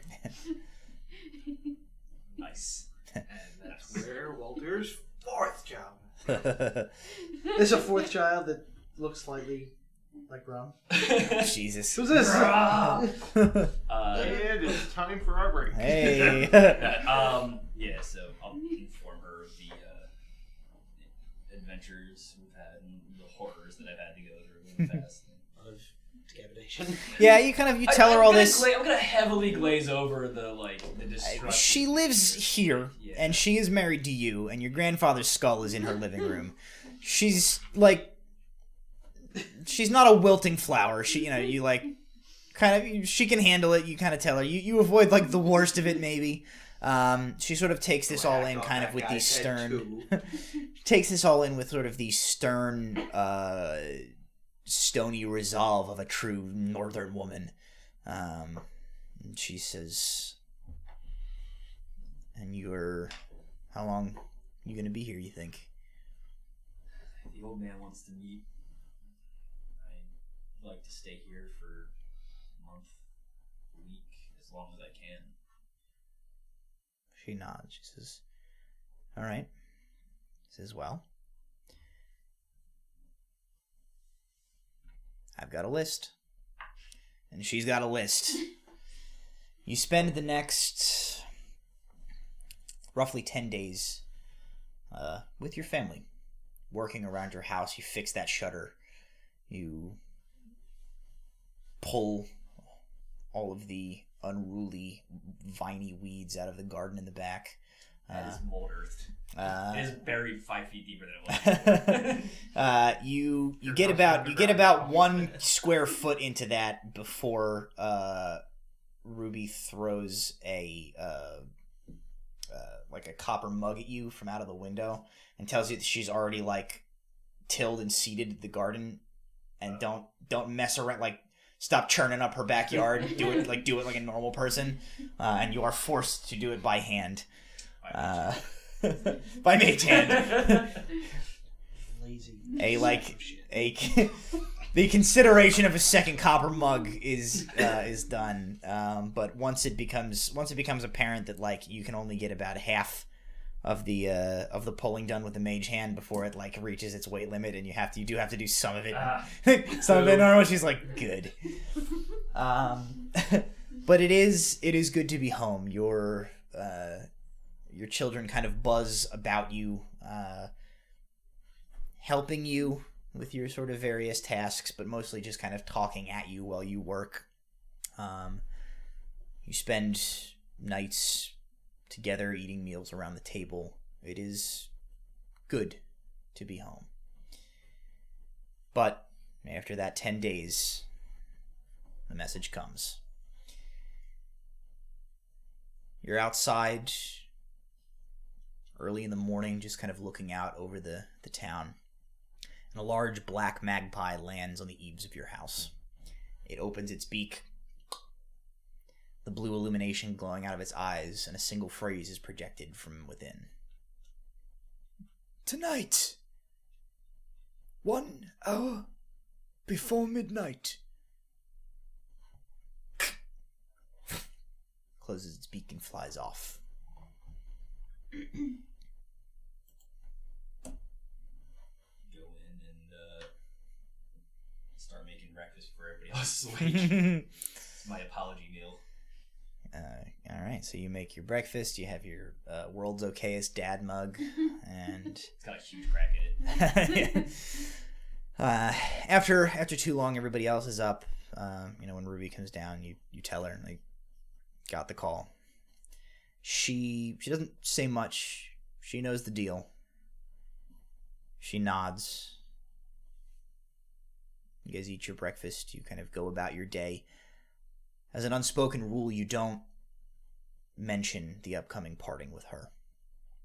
You guys act as if it's any other day. When the designated time comes, the children are asleep, having been put to bed. Read what I'm sure was probably a horrifying bedtime tale. So actually, I thought about that. Go ahead. I 100% would, like, in my mind, every time Walter's gone through stuff, he's been, like, running in his book. So he's made a very kid-friendly version of, like, cautionary tales. Okay. Starring, Kellen Forzair, gnome extraordinaire. Okay. So just like a very kid-friendly, like, retelling of, like, just cautionary. How many decapitations are in the kid-friendly There version? are 300% fewer Okay. decapitations. Which means there's only 4. It's largely like starring like a magical gnome that Sure. goes through like scary places and like is brave and does. He all these dies in things. every single one of Yeah, them. he always dies. Sure. So you have been reading these stories to your children.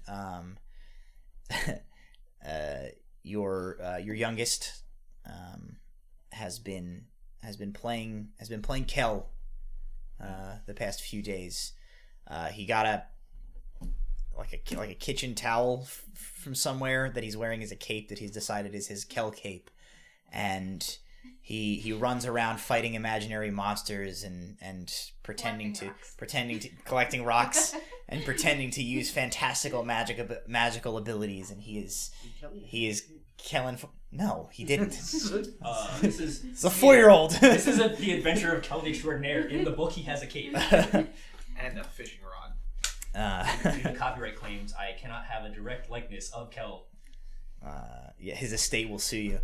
Elliot has been playing Kellen Forzair Extraordinaire for the past few days, and but now they've been put to bed, and the time has come, and you stand at the front door of your house, and Ruby just kind of looks out into the darkness, and she just says, "Make sure you come back." Our time is our time. I'll extend it as long as I can. And she nods. And as she always says, the last thing she always says to you when you have to leave, she just says, "Be safe." She goes back into the house. And you set off for the cemetery. You let your feet carry you automatically along the path you've walked hundreds, maybe thousands of times before. Back when this was truly your home.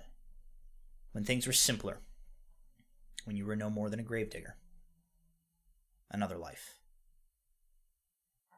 As you approach the gates, a familiar black coach sits waiting. The coachman taps on the door as you make your appearance, and the door opens. And he steps out. It's been a few years since you've seen him face to face, but he looks exactly the same. He's well dressed, wearing warm robes of black and crimson. His hood is drawn up over his head in the cold, and he looks out with steely blue eyes. His skin is pale, doubly so in the moonlight. And just as you remember, his age is impossible to determine. As you approach, he smiles. The expression is warm, fatherly even. It doesn't reach his eyes. Walter, it's been an eternity. Often feels that way, Mr. Moxon. He waves a hand dismissively. Please, dismiss the pleasantries.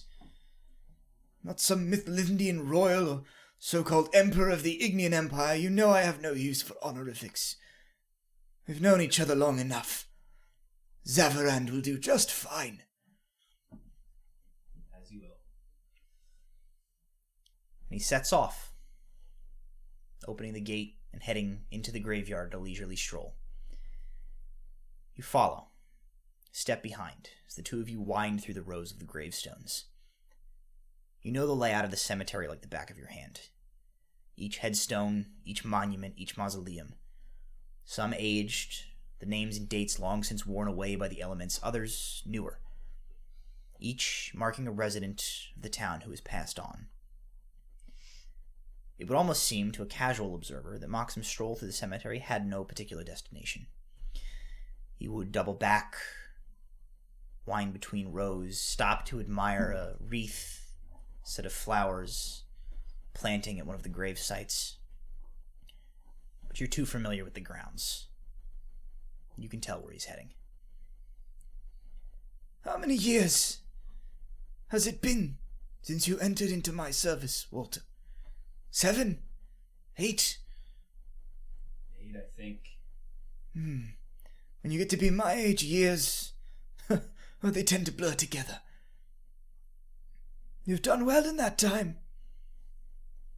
I'm pleased with your results. You've taken the power I've loaned to you. You've taken to it with great aptitude. Among the best of my various agents, to be sure. Power. A new life. In exchange for service to the company and to me. That was our arrangement. You have held up your end of the bargain, Walter. But I fear these past few years I have been neglectful of my responsibilities to you. I've largely left you to your own devices. A welcome dose of freedom, in your opinion, I am sure. But a spot of preoccupation on my part. I have been busy, I'm afraid. But you have grown strong in your power. I can feel it in you even now. You are ready, I think. Ready for more. That is why we are here, Walter. It's time for me to grant you greater power. And as you look up, you've arrived. Passing between into a small copse of trees, you return to the site where all of this started for you. A single, ancient family crypt stands alone, isolated from the rest of the cemetery by the trees and undergrowth of thick vines and shrubs.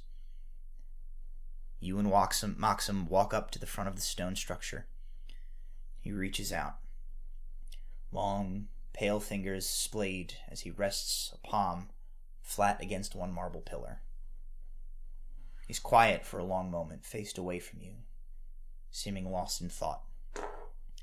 While his hand's on the pillar, I'm going to glance at it to see if he has any rings. He does not. He turns away, removing his hand, and then he gestures to a spot on the ground some 10 feet from the entrance of the crypt. The ground there is barren earth. No grass grows in a patch about 2 feet wide by 6 feet long. Just there, if you remember. That is the exact spot where our pact was sealed. He rubs his chest where the old wound was. This spot bears the mark of that connection still. We will use it to renew our bond. He gestures towards the spot, no more than a flick of his wrist, and the earth begins to shift and move. 2 neat piles of dirt extract themselves from the bare patch and deposit themselves on either side of a newly formed hole. 7 feet long, 2.5 feet wide, and 6 feet deep. Moxham turns to you and wordlessly gestures you toward the freshly dug grave.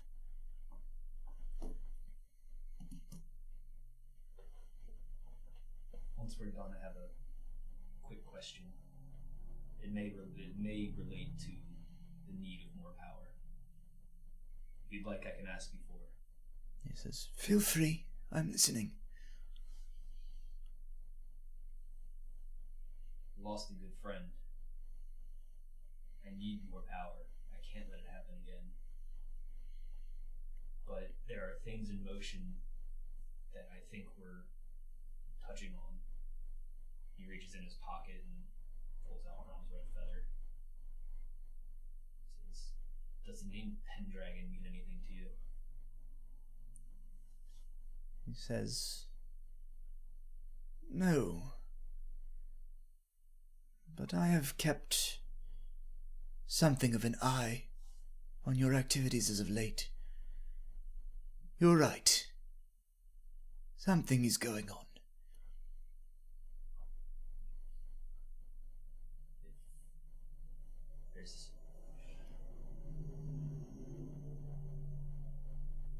Is it in conflict or an alliance with your interests? He says, I don't know. That in and of itself concerns me. I don't like not knowing things. For now, you shall have your power. Continue on the path that you have been on. We shall see where all of this leads. I've not lived as long as I have, but done the things that I have done to create the empire that I now command, to allow anything to jeopardize it. Put the feather back away. That's comforting to hear. I will do my best to continue the service. He nods and again gestures. Hop into the pit. As you climb down to the grave and lay down, the cold, damp earth chills you through your clothing. Moxham steps up to the lip of the grave, his form outlined by the ring light behind him, concealing his features beneath his hood. He raises one hand and begins to speak. As he does, the soil begins to shift its way over the lip of the grave and down into the hole. From earth to life, and life back to earth. A bond unbroken. This is the source of my power, and through that power, my gift to you. The soil begins to cover you as you lay in the grave, burying you. Above, you watch Moxham, your breath rising up out of the grave in cloudy puffs. As your legs, your arms, and torso are covered, you watch in the ghostly pale ring light. Moxham's hand, fingers outstretched over the open pit, looks as if it is made of bleached bone. Beneath his hood, his pale blue eyes seem to glow from within, shining down at you from beneath his hood. And you realize, just as your head is covered, no fog emanates from his mouth the way it does from yours, chill air condensing your breath. From him, none at all. You are covered. The pressure increases rapidly and you are buried. The grave filled in over top of you. You hear nothing. You see nothing. You can't breathe. You feel your heart pound in your chest, faster and faster. Your lungs burn, your head swims. Silvery stars pop beneath your eyelids. A minute passes. Then another. Your body involuntarily jerks, twitches, held in place by the weight of the earth on top of you. A constant whining ring begins to rise in your ears, and your vision turns to pure silver beneath your eyelids. Your brain forces you to try and take a breath, and soil fills your mouth and your throat. Your heart stops beating. For a moment, you are nothing. You hear nothing.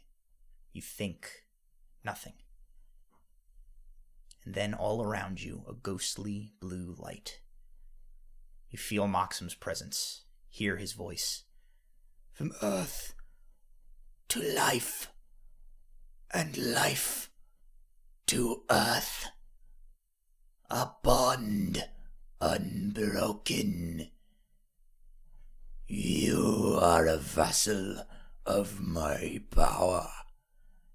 Rise again and grow stronger. The blue light floods into you, and your whole being burns icy cold. You feel as if you are being torn apart, and you become aware that you are made up of an uncountable number of infinitely small particles, and that the space between them all is oceanic.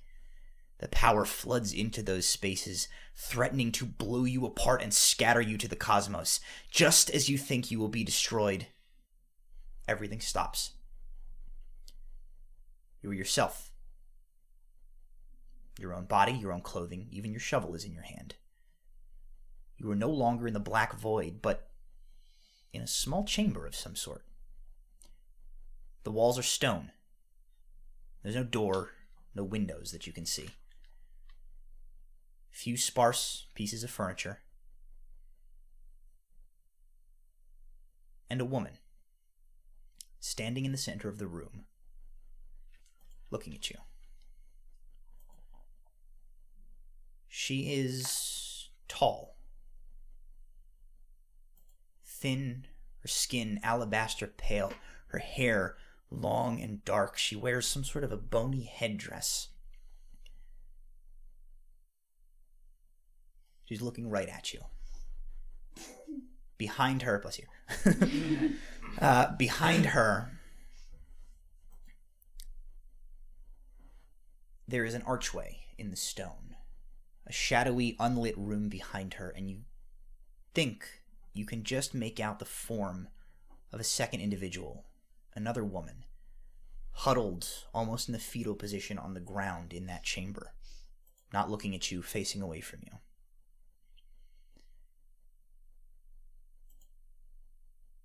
The woman in front of you speaks. Her voice almost seems like it's echoing down a long hallway, even though she's only a few feet from you. She says, "Walter Gray, it has been a long time. I've longed to speak to you face to face. This has been my first opportunity. The Lich has no idea that we are speaking. He'll not know of this meeting. It is for us alone."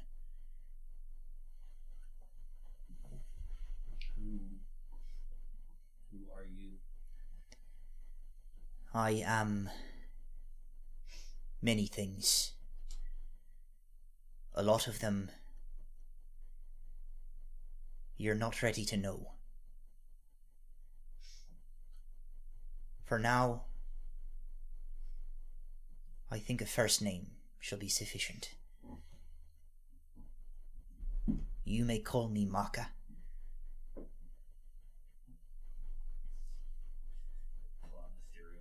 How do you spell that? Macha for reference. Maka. Allies, enemies, allies.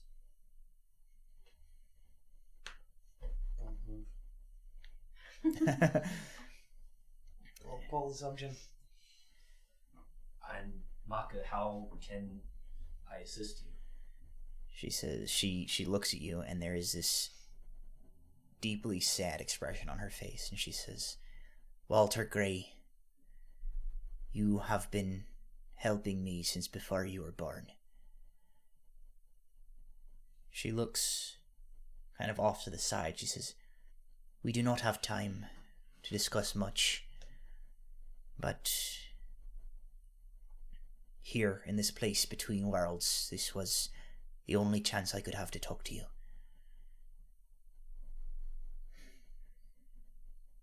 A few things I want to say. First, I am sorry, Walter Gray. Everything that you are, everything that has happened to you, and everything that will happen to you, it is our fault. My fault. You have been fated to me forever. I am so sorry. There is no other way.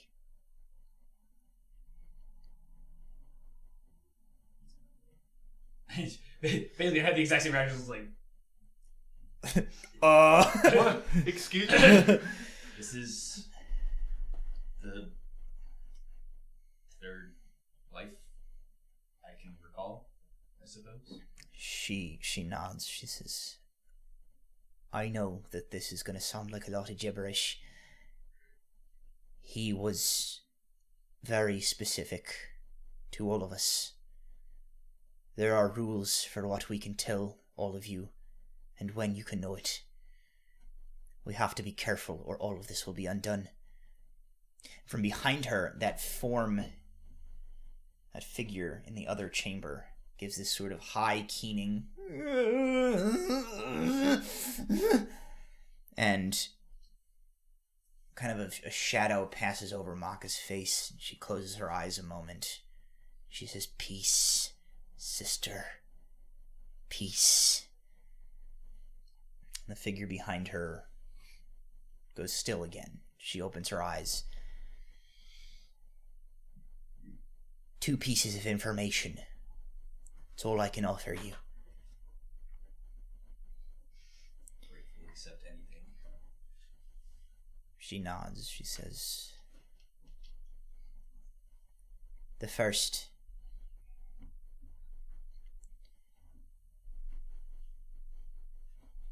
The gnome was onto something. Another will come soon. Trust him.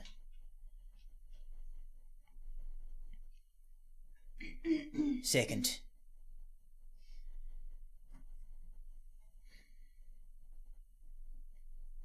prepare yourself. The time grows short.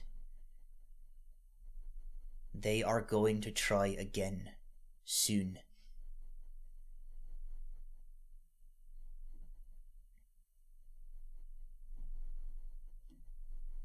And all of a sudden, Maka sounds even further away.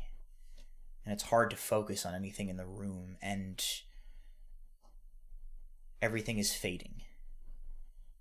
The last thing you hear her say is, once again, I am sorry, Walter Gray. And everything's black. And you're back in that void again. And you hear Moxham, almost as if you have returned immediately as you left. He says, you will arise stronger.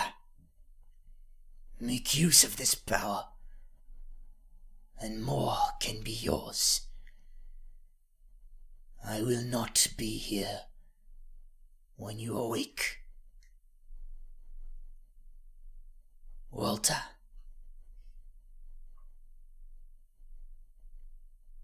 The lantern. I want it. And he is gone. And you are buried again. Immediately, your heart begins pumping adrenaline through your system. You panic, and through a series of mold earths and clawing your way up, you breach the surface to find yourself in the pale light of dawn. Alone. You throw up earth a that's like in my mouth. Muddy mess of dirt. Shit. And we return then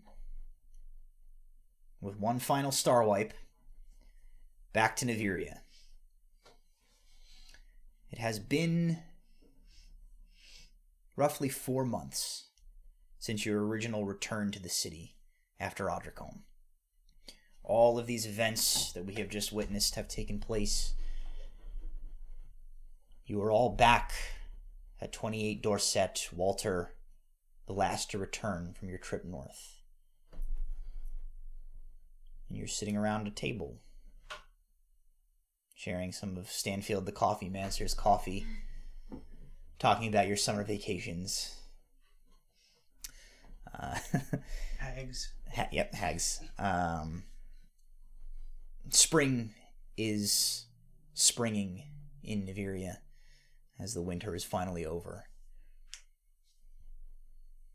You may take a moment to discuss your adventures with each other.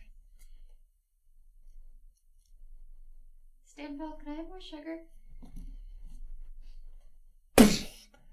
The now traditional Nula sack of sugar comes out onto the table. Thank you. I went to the market just this morning. We were out after I went to the market yesterday. I'll go to the market tomorrow for you, Stanfield. Well, have you ever heard of something called diabetes? What's that? I heard it fuels magic. Sure.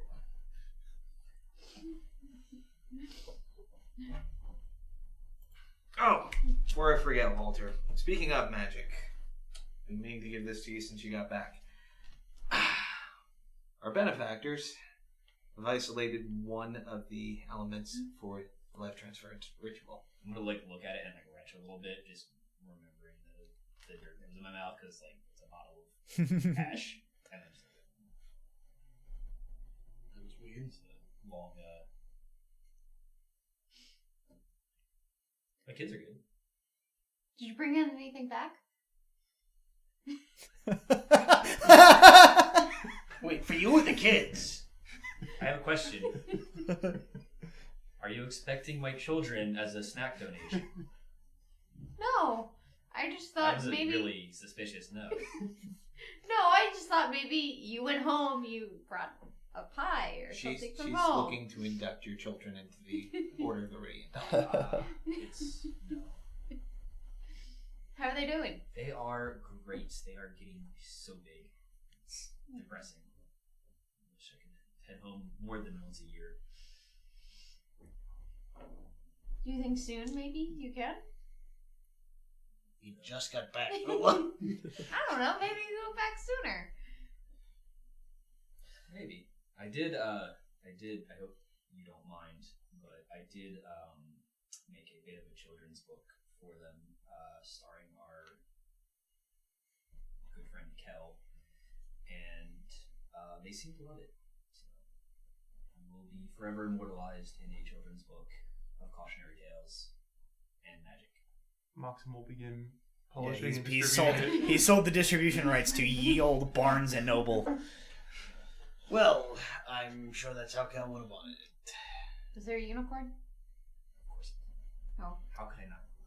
And there is Is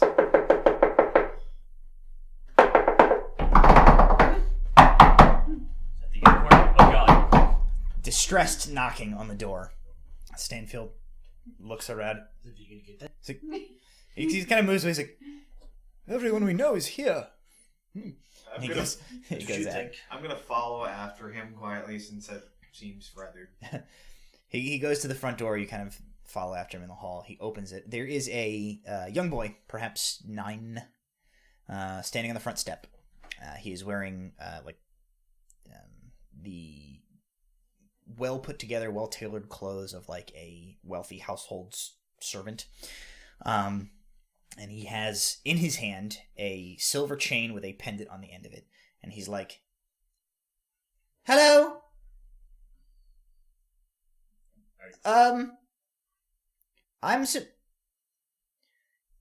Is Mr. Brom here?" Gonna duck back. Brom, it's for you. What? Okay. And I will walk in, see that it's a kid, and immediately turn back around. I'm gonna grab him. Brom, he's not a quarter orc. He says, There's the tagline. you like walk up, Brom like really make sure he doesn't have your like chin, your eyes, your We tusks. see your teeth real quick. He goes, He has your shifty nature. well, okay, they're normal teeth. He says, "I'm supposed to do something. Well, okay. I'm from Mr. Well, I guess it's Miss Tabby's house now. He says, my mom works in the house, and sometimes I help with the washing and in the stables. And Oh my god, I don't need your life stories. he says, Miss Tabby, she gave me a job. She gave me this, and she said that if ever there was a day when my mom and the other servants were like, oh, where's Miss Tabby? Where's Miss Tabby? She didn't come home. And she's not there, that I had to come to this house, and I had to give this either to Brahm or one of the old people. Cool. Thanks. He gives it to you, and he goes,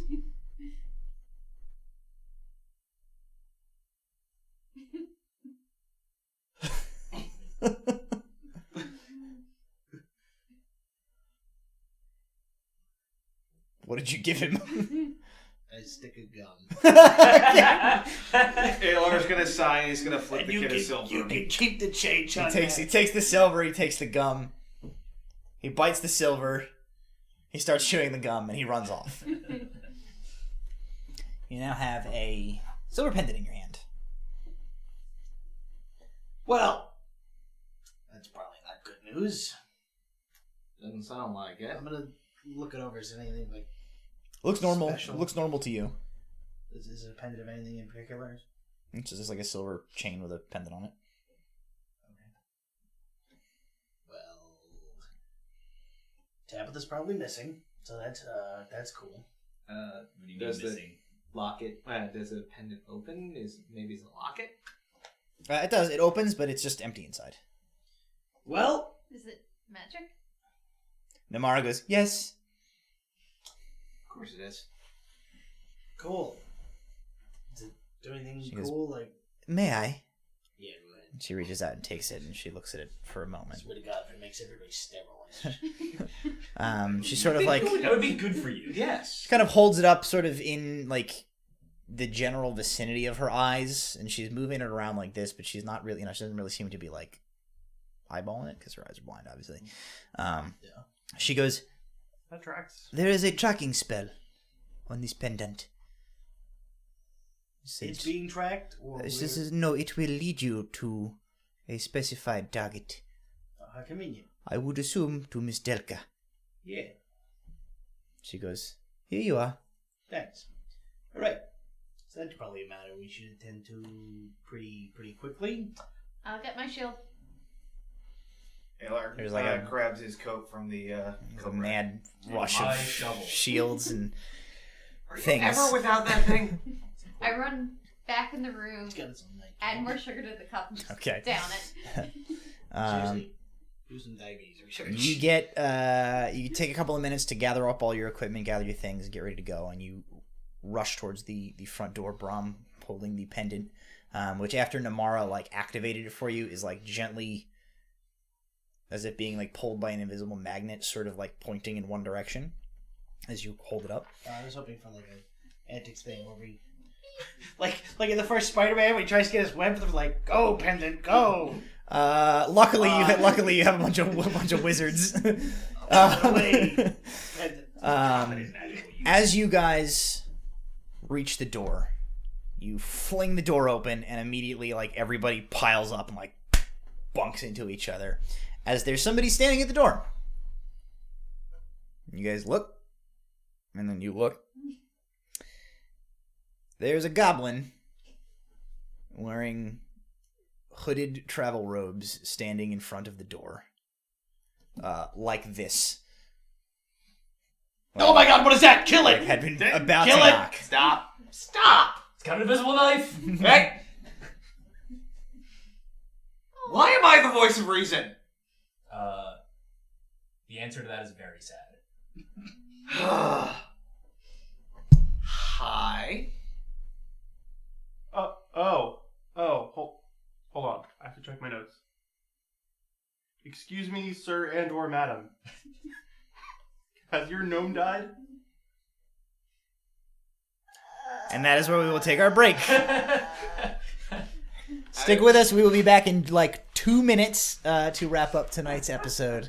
Thank you for sticking with us so far. There has been a ton of people in the chat. I love it. Really? Oh. Yeah. Thank you guys.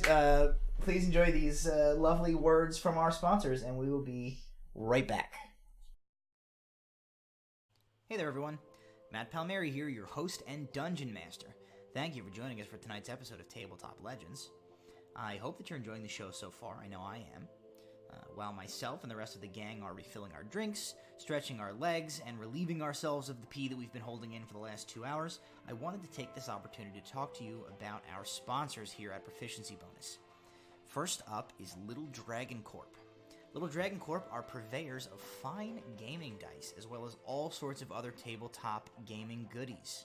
They've got a huge selection of polyhedral dice you can choose from, and prices that you couldn't shake a stick at even if you had a +1 stick of shaking at your disposal. They recently released their line of Birthstone dice. They have new metal dice sets available, and they are constantly coming out with new products. If, unlike Becca, who we have to physically restrain from buying dice on stream once a week during our ad read, D&D dice are not your thing, they have definitely got some other cool stuff you can get your hands on. They've got spell cards, they've got gaming accessories, they have a whole bunch of other tabletop style games that you can order right to your door. If you want to check them out, you can type !Little Dragon into the Twitch chat at any time for a quick link to their store. Or just go to your favorite web browsing apparatus and you can go to www.littledragoncorp.com. And remember, if you do purchase anything, tell them we sent you. You can use the code BONUS at checkout for 10% off your order. If you'd like to buy, 11 sets of dice, it would be like one of them would be free. That's probably not how math works, but, I just don't think about it too hard. And, go check them out. LittleDragonCorp.com for all of your sweet dicey needs. I'd also like to thank our sponsor, Marble Moon Studio in the 8th House. They are an independently owned, ethically sourced, witchy lifestyle and home goods shop. Their goal is to support small businesses and create a safe, inclusive space / community for witchy folks. They've got just a ton of super cool merchandise that you can order online, including the widely popular Tabletop Legends Magic AF D20 mug.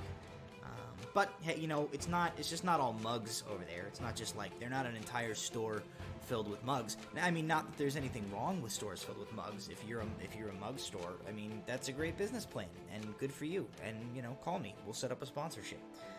But Marble Moon Studio in the 8th House, well, they've got way more than that. They've got all sorts of things. They've got wall art. They've got candles. They've got apparel. I mean, you don't need to listen to me just list off a bunch of random products off of their site. You can take a look at the sweet montage that I'm probably going to edit into the background of this audio. Better yet, just go to their website. You can look for yourself and not have me read it to you like an idiot. You can find them online at either marblemoonstudio.com or shopthe8thhouse.com. I've met both of the ladies who run this business in person. They're awesome. They're awesome people. You need to go buy things from them right now. Thank you, Marble Moon Studio and the 8th House, for supporting us and our silly Dungeons & Dragons mess around. We love you, and, hit me up about a cut of that sweet mug money. Hey, if you'd like to sponsor an episode of Tabletop Legends, maybe you want to give a shout out to your website, your business, or a podcast of your very own, you can do that. Send an email to tabletoplegendsdnd@gmail.com. That's tabletoplegendsd, the letter N, D, @gmail.com. And, it doesn't just have to be a business. Maybe you want to promote,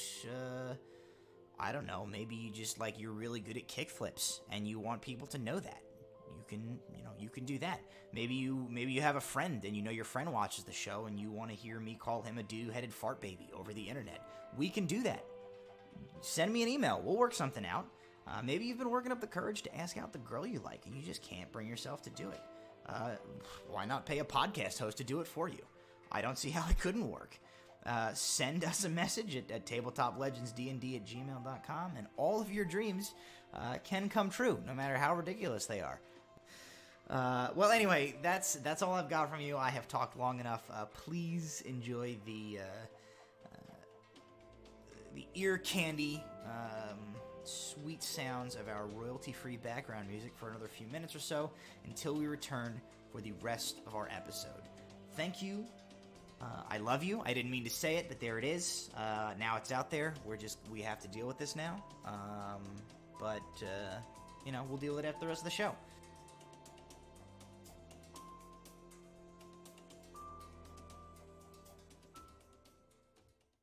Hey there, everyone. Matt Palmieri here, your host and Dungeon Master. Thank you for joining us for tonight's episode of Tabletop Legends. I hope that you're enjoying the show so far. I know I am. While myself and the rest of the gang are refilling our drinks, stretching our legs, and relieving ourselves of the pee that we've been holding in for the last 2 hours, I wanted to take this opportunity to talk to you about our sponsors here at Proficiency Bonus. First up is Little Dragon Corp. Little Dragon Corp are purveyors of fine gaming dice, as well as all sorts of other tabletop gaming goodies. They've got a huge selection of polyhedral dice you can choose from, and prices that you couldn't shake a stick at even if you had a +1 stick of shaking at your disposal. They recently released their line of Birthstone dice. They have new metal dice sets available, and they are constantly coming out with new products. If, unlike Becca, who we have to physically restrain from buying dice on stream once a week during our ad read, D&D... Hey, welcome back! Thank you for sticking with us over the break. Got a bunch of people in the chat, it looks like. So, we return, and you guys just Scooby-Doo style ran through a doorway into a goblin who asked you if your gnome had died. Right. Who are you? So again, with that kill it segment. Who are you? And why are you asking about gnome? We took care of the funeral services. What do you want? You did. Wait, so that means that your gnome did die. Yes. What do you want? Thank goodness. Wait, hold on. Wow, really? I'm very sorry for your loss. I'm just... Don't cry. Don't cry, Noah. Don't cry, please. I imagine this is like the 15th door he's done this to. I've been going door to door trying to find a place with a bunch of wizards and people whose gnome died. I've been here for 3 days. Sounds like you're bad at that. How have you not been murdered? Well, I talked to this big guy, and then the string broke, and then he gave me a coin, and told me Mithlande, old wizards. I saw a gnome die. Now I'm here. Show me the coin. Grab it, and if I recognize it as... It's one of the dwarven coins that Osri scooped up when you guys were in that crypt back in Stonemill. I think he found Oz and somehow didn't get murdered immediately. He did say that his name was just Osrius. It's... Yeah, Osrius. no, that sounds correct. I'll just give him that. That makes a lot more sense. Give him Now the, that you say that. I'll just give him the coin back. Yeah. What's this about? A threat breaking? Well, you see, I am the great diviner Fidget.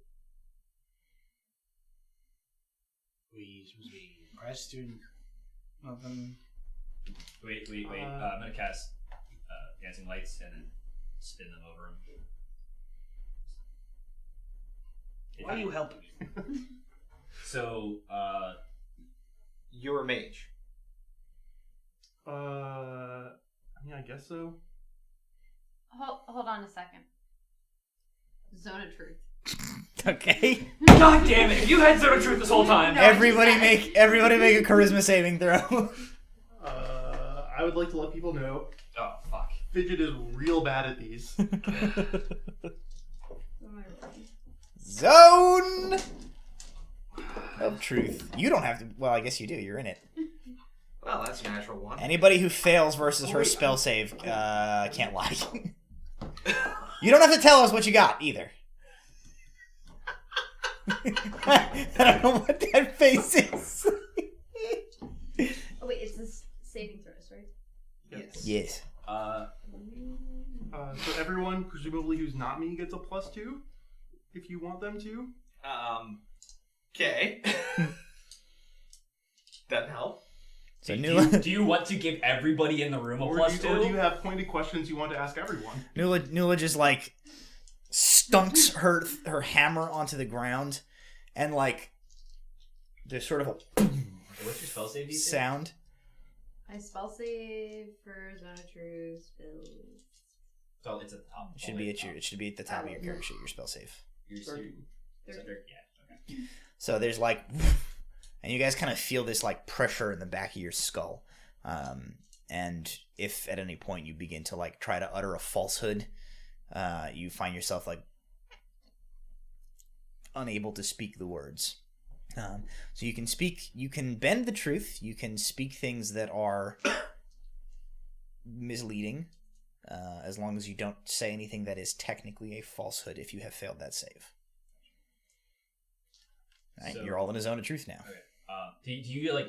Is that a verbal component? You just shout like Zone of Truth? Is that how you're casting that spell? I'm not sure. What are the component? Was a vocal somatic It material? it should be probably verbal at least. Vocal and somatic.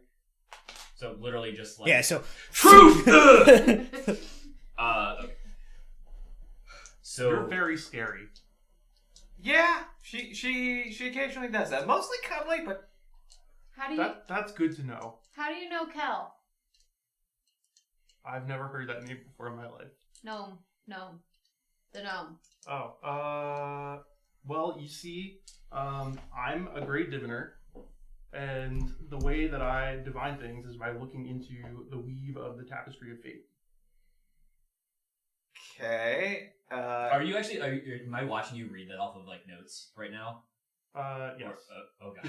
He also has like kind of a cloak and kind of a shawl that's just made of like Stuff.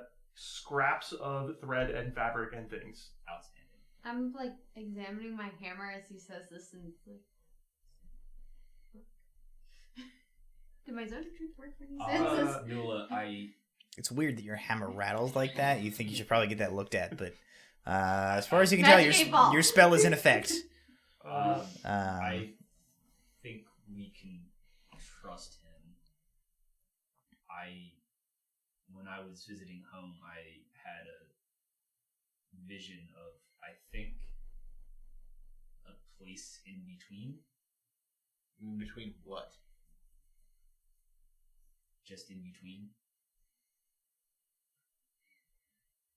Did you tell us about your friend? I think I did. Yes. I think I used things. I think much like your experience with Corey, something tried or succeeded in talking to me, and they said two things, and one of them was the gnome was onto something, trust the one that comes after, and the other one was they're going to try again, be prepared. When he says that phrase, like my It's exactly what Corey said to you. yeah. Later, I talk. Back to Yeah. Fidget. She's cast zone of conjugating her. I think Walter made a good point, and I wasn't really listening because a lot of times when he talks, I look at his mustache and get vaguely creeped out. I don't know why I said that. Moving on. I'm gonna make it like wiggle on purpose. Right. So fidget. Yes. Yeah. Fit. it's like a caterpillar. You had Shut up. some sort of focus. Some sort of vision. Well, you see, I came from Honorend, and I was hanging out there, and I was fidgeting with this thing, like I do, and there's a thread that broke. It's not normally a thing that happens. There's a lot of things that are weird about the weave of the tapestry of fate right now. It's a lot of moving pieces and things that are changing in ways that I'm not used to. Do You see the tapestry of fate right now? Is Walter the tapestry of fate? I mean, no one sees the whole thing. You see pieces of it. Okay. Right.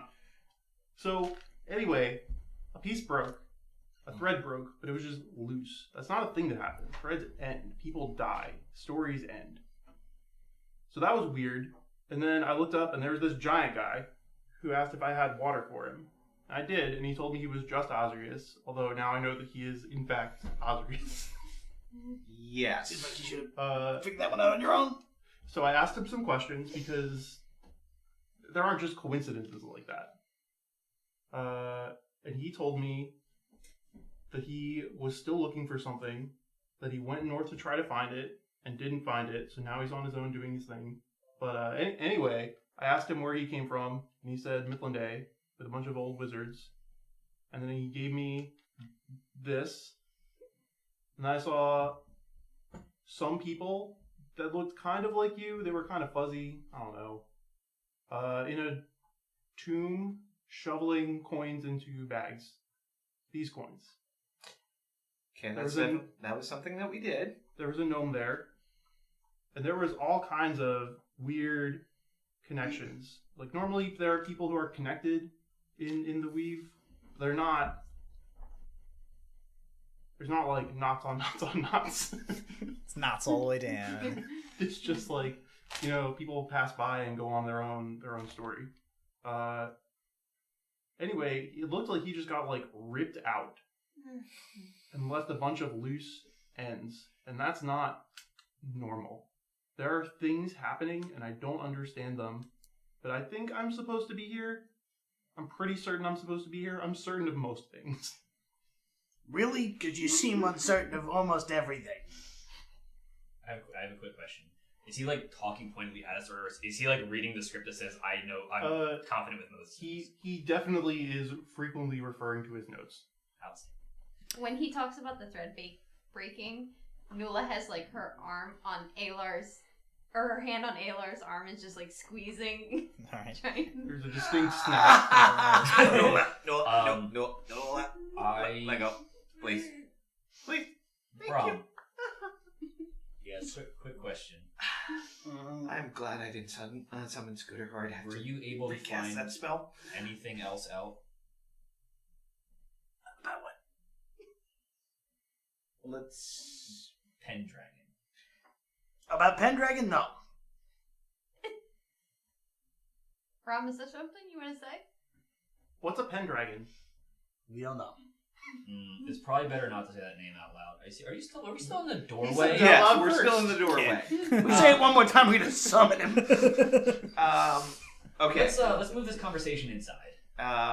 There was a whole matter of a kidnapped woman, by the way. Yeah. That we Let's rushing out to handle. Yeah, that pendant is like. Okay. Let's.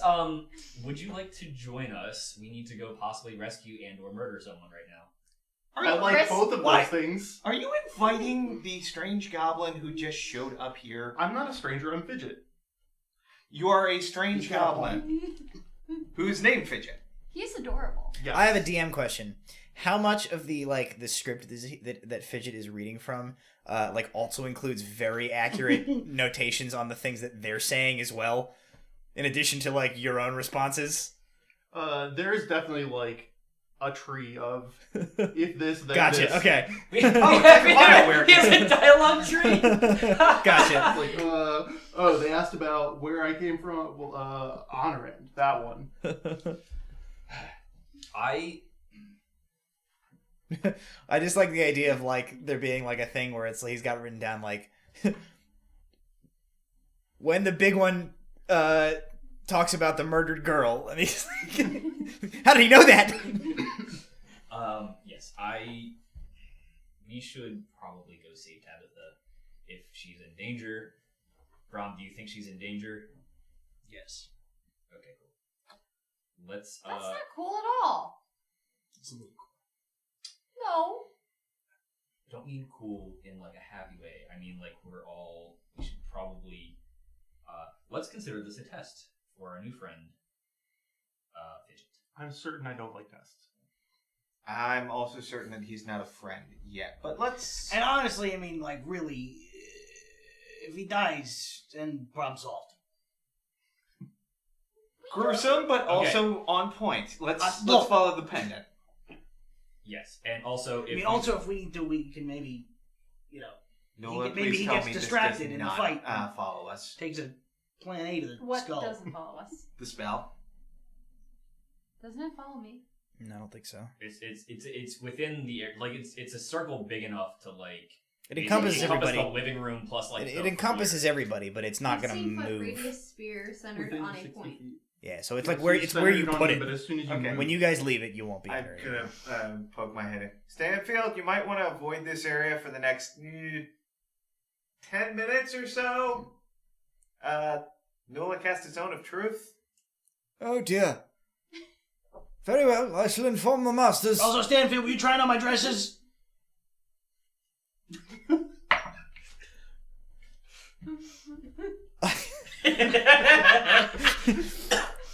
I was dusting them and I wanted to see how they would fit, I'm sorry! That's fine, just ask next time. Thank you, I especially loved the plaid, the paisley one. That was my favorite. I love the frills on it. Go, we have to leave again. Please go, son. Let's go. Come on. Come on. I do not need to hear any more of this. I really... I need to hear a lot more of it. Alar's walking. He's not waiting for anyone else. He's walking. He's getting out of the Zone of Truth effect. if it helps, I'm certain he wasn't dusting.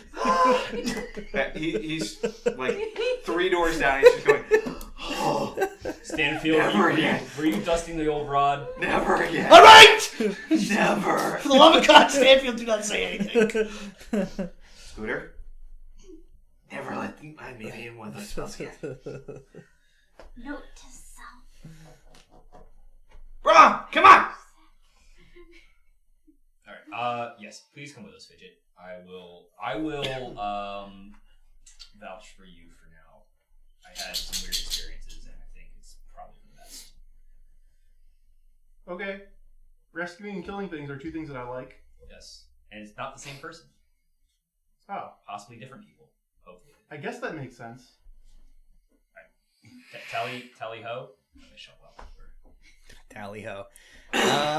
And off you go. And since that became way more involved than I was ready for, I think that's a good place to stop for tonight.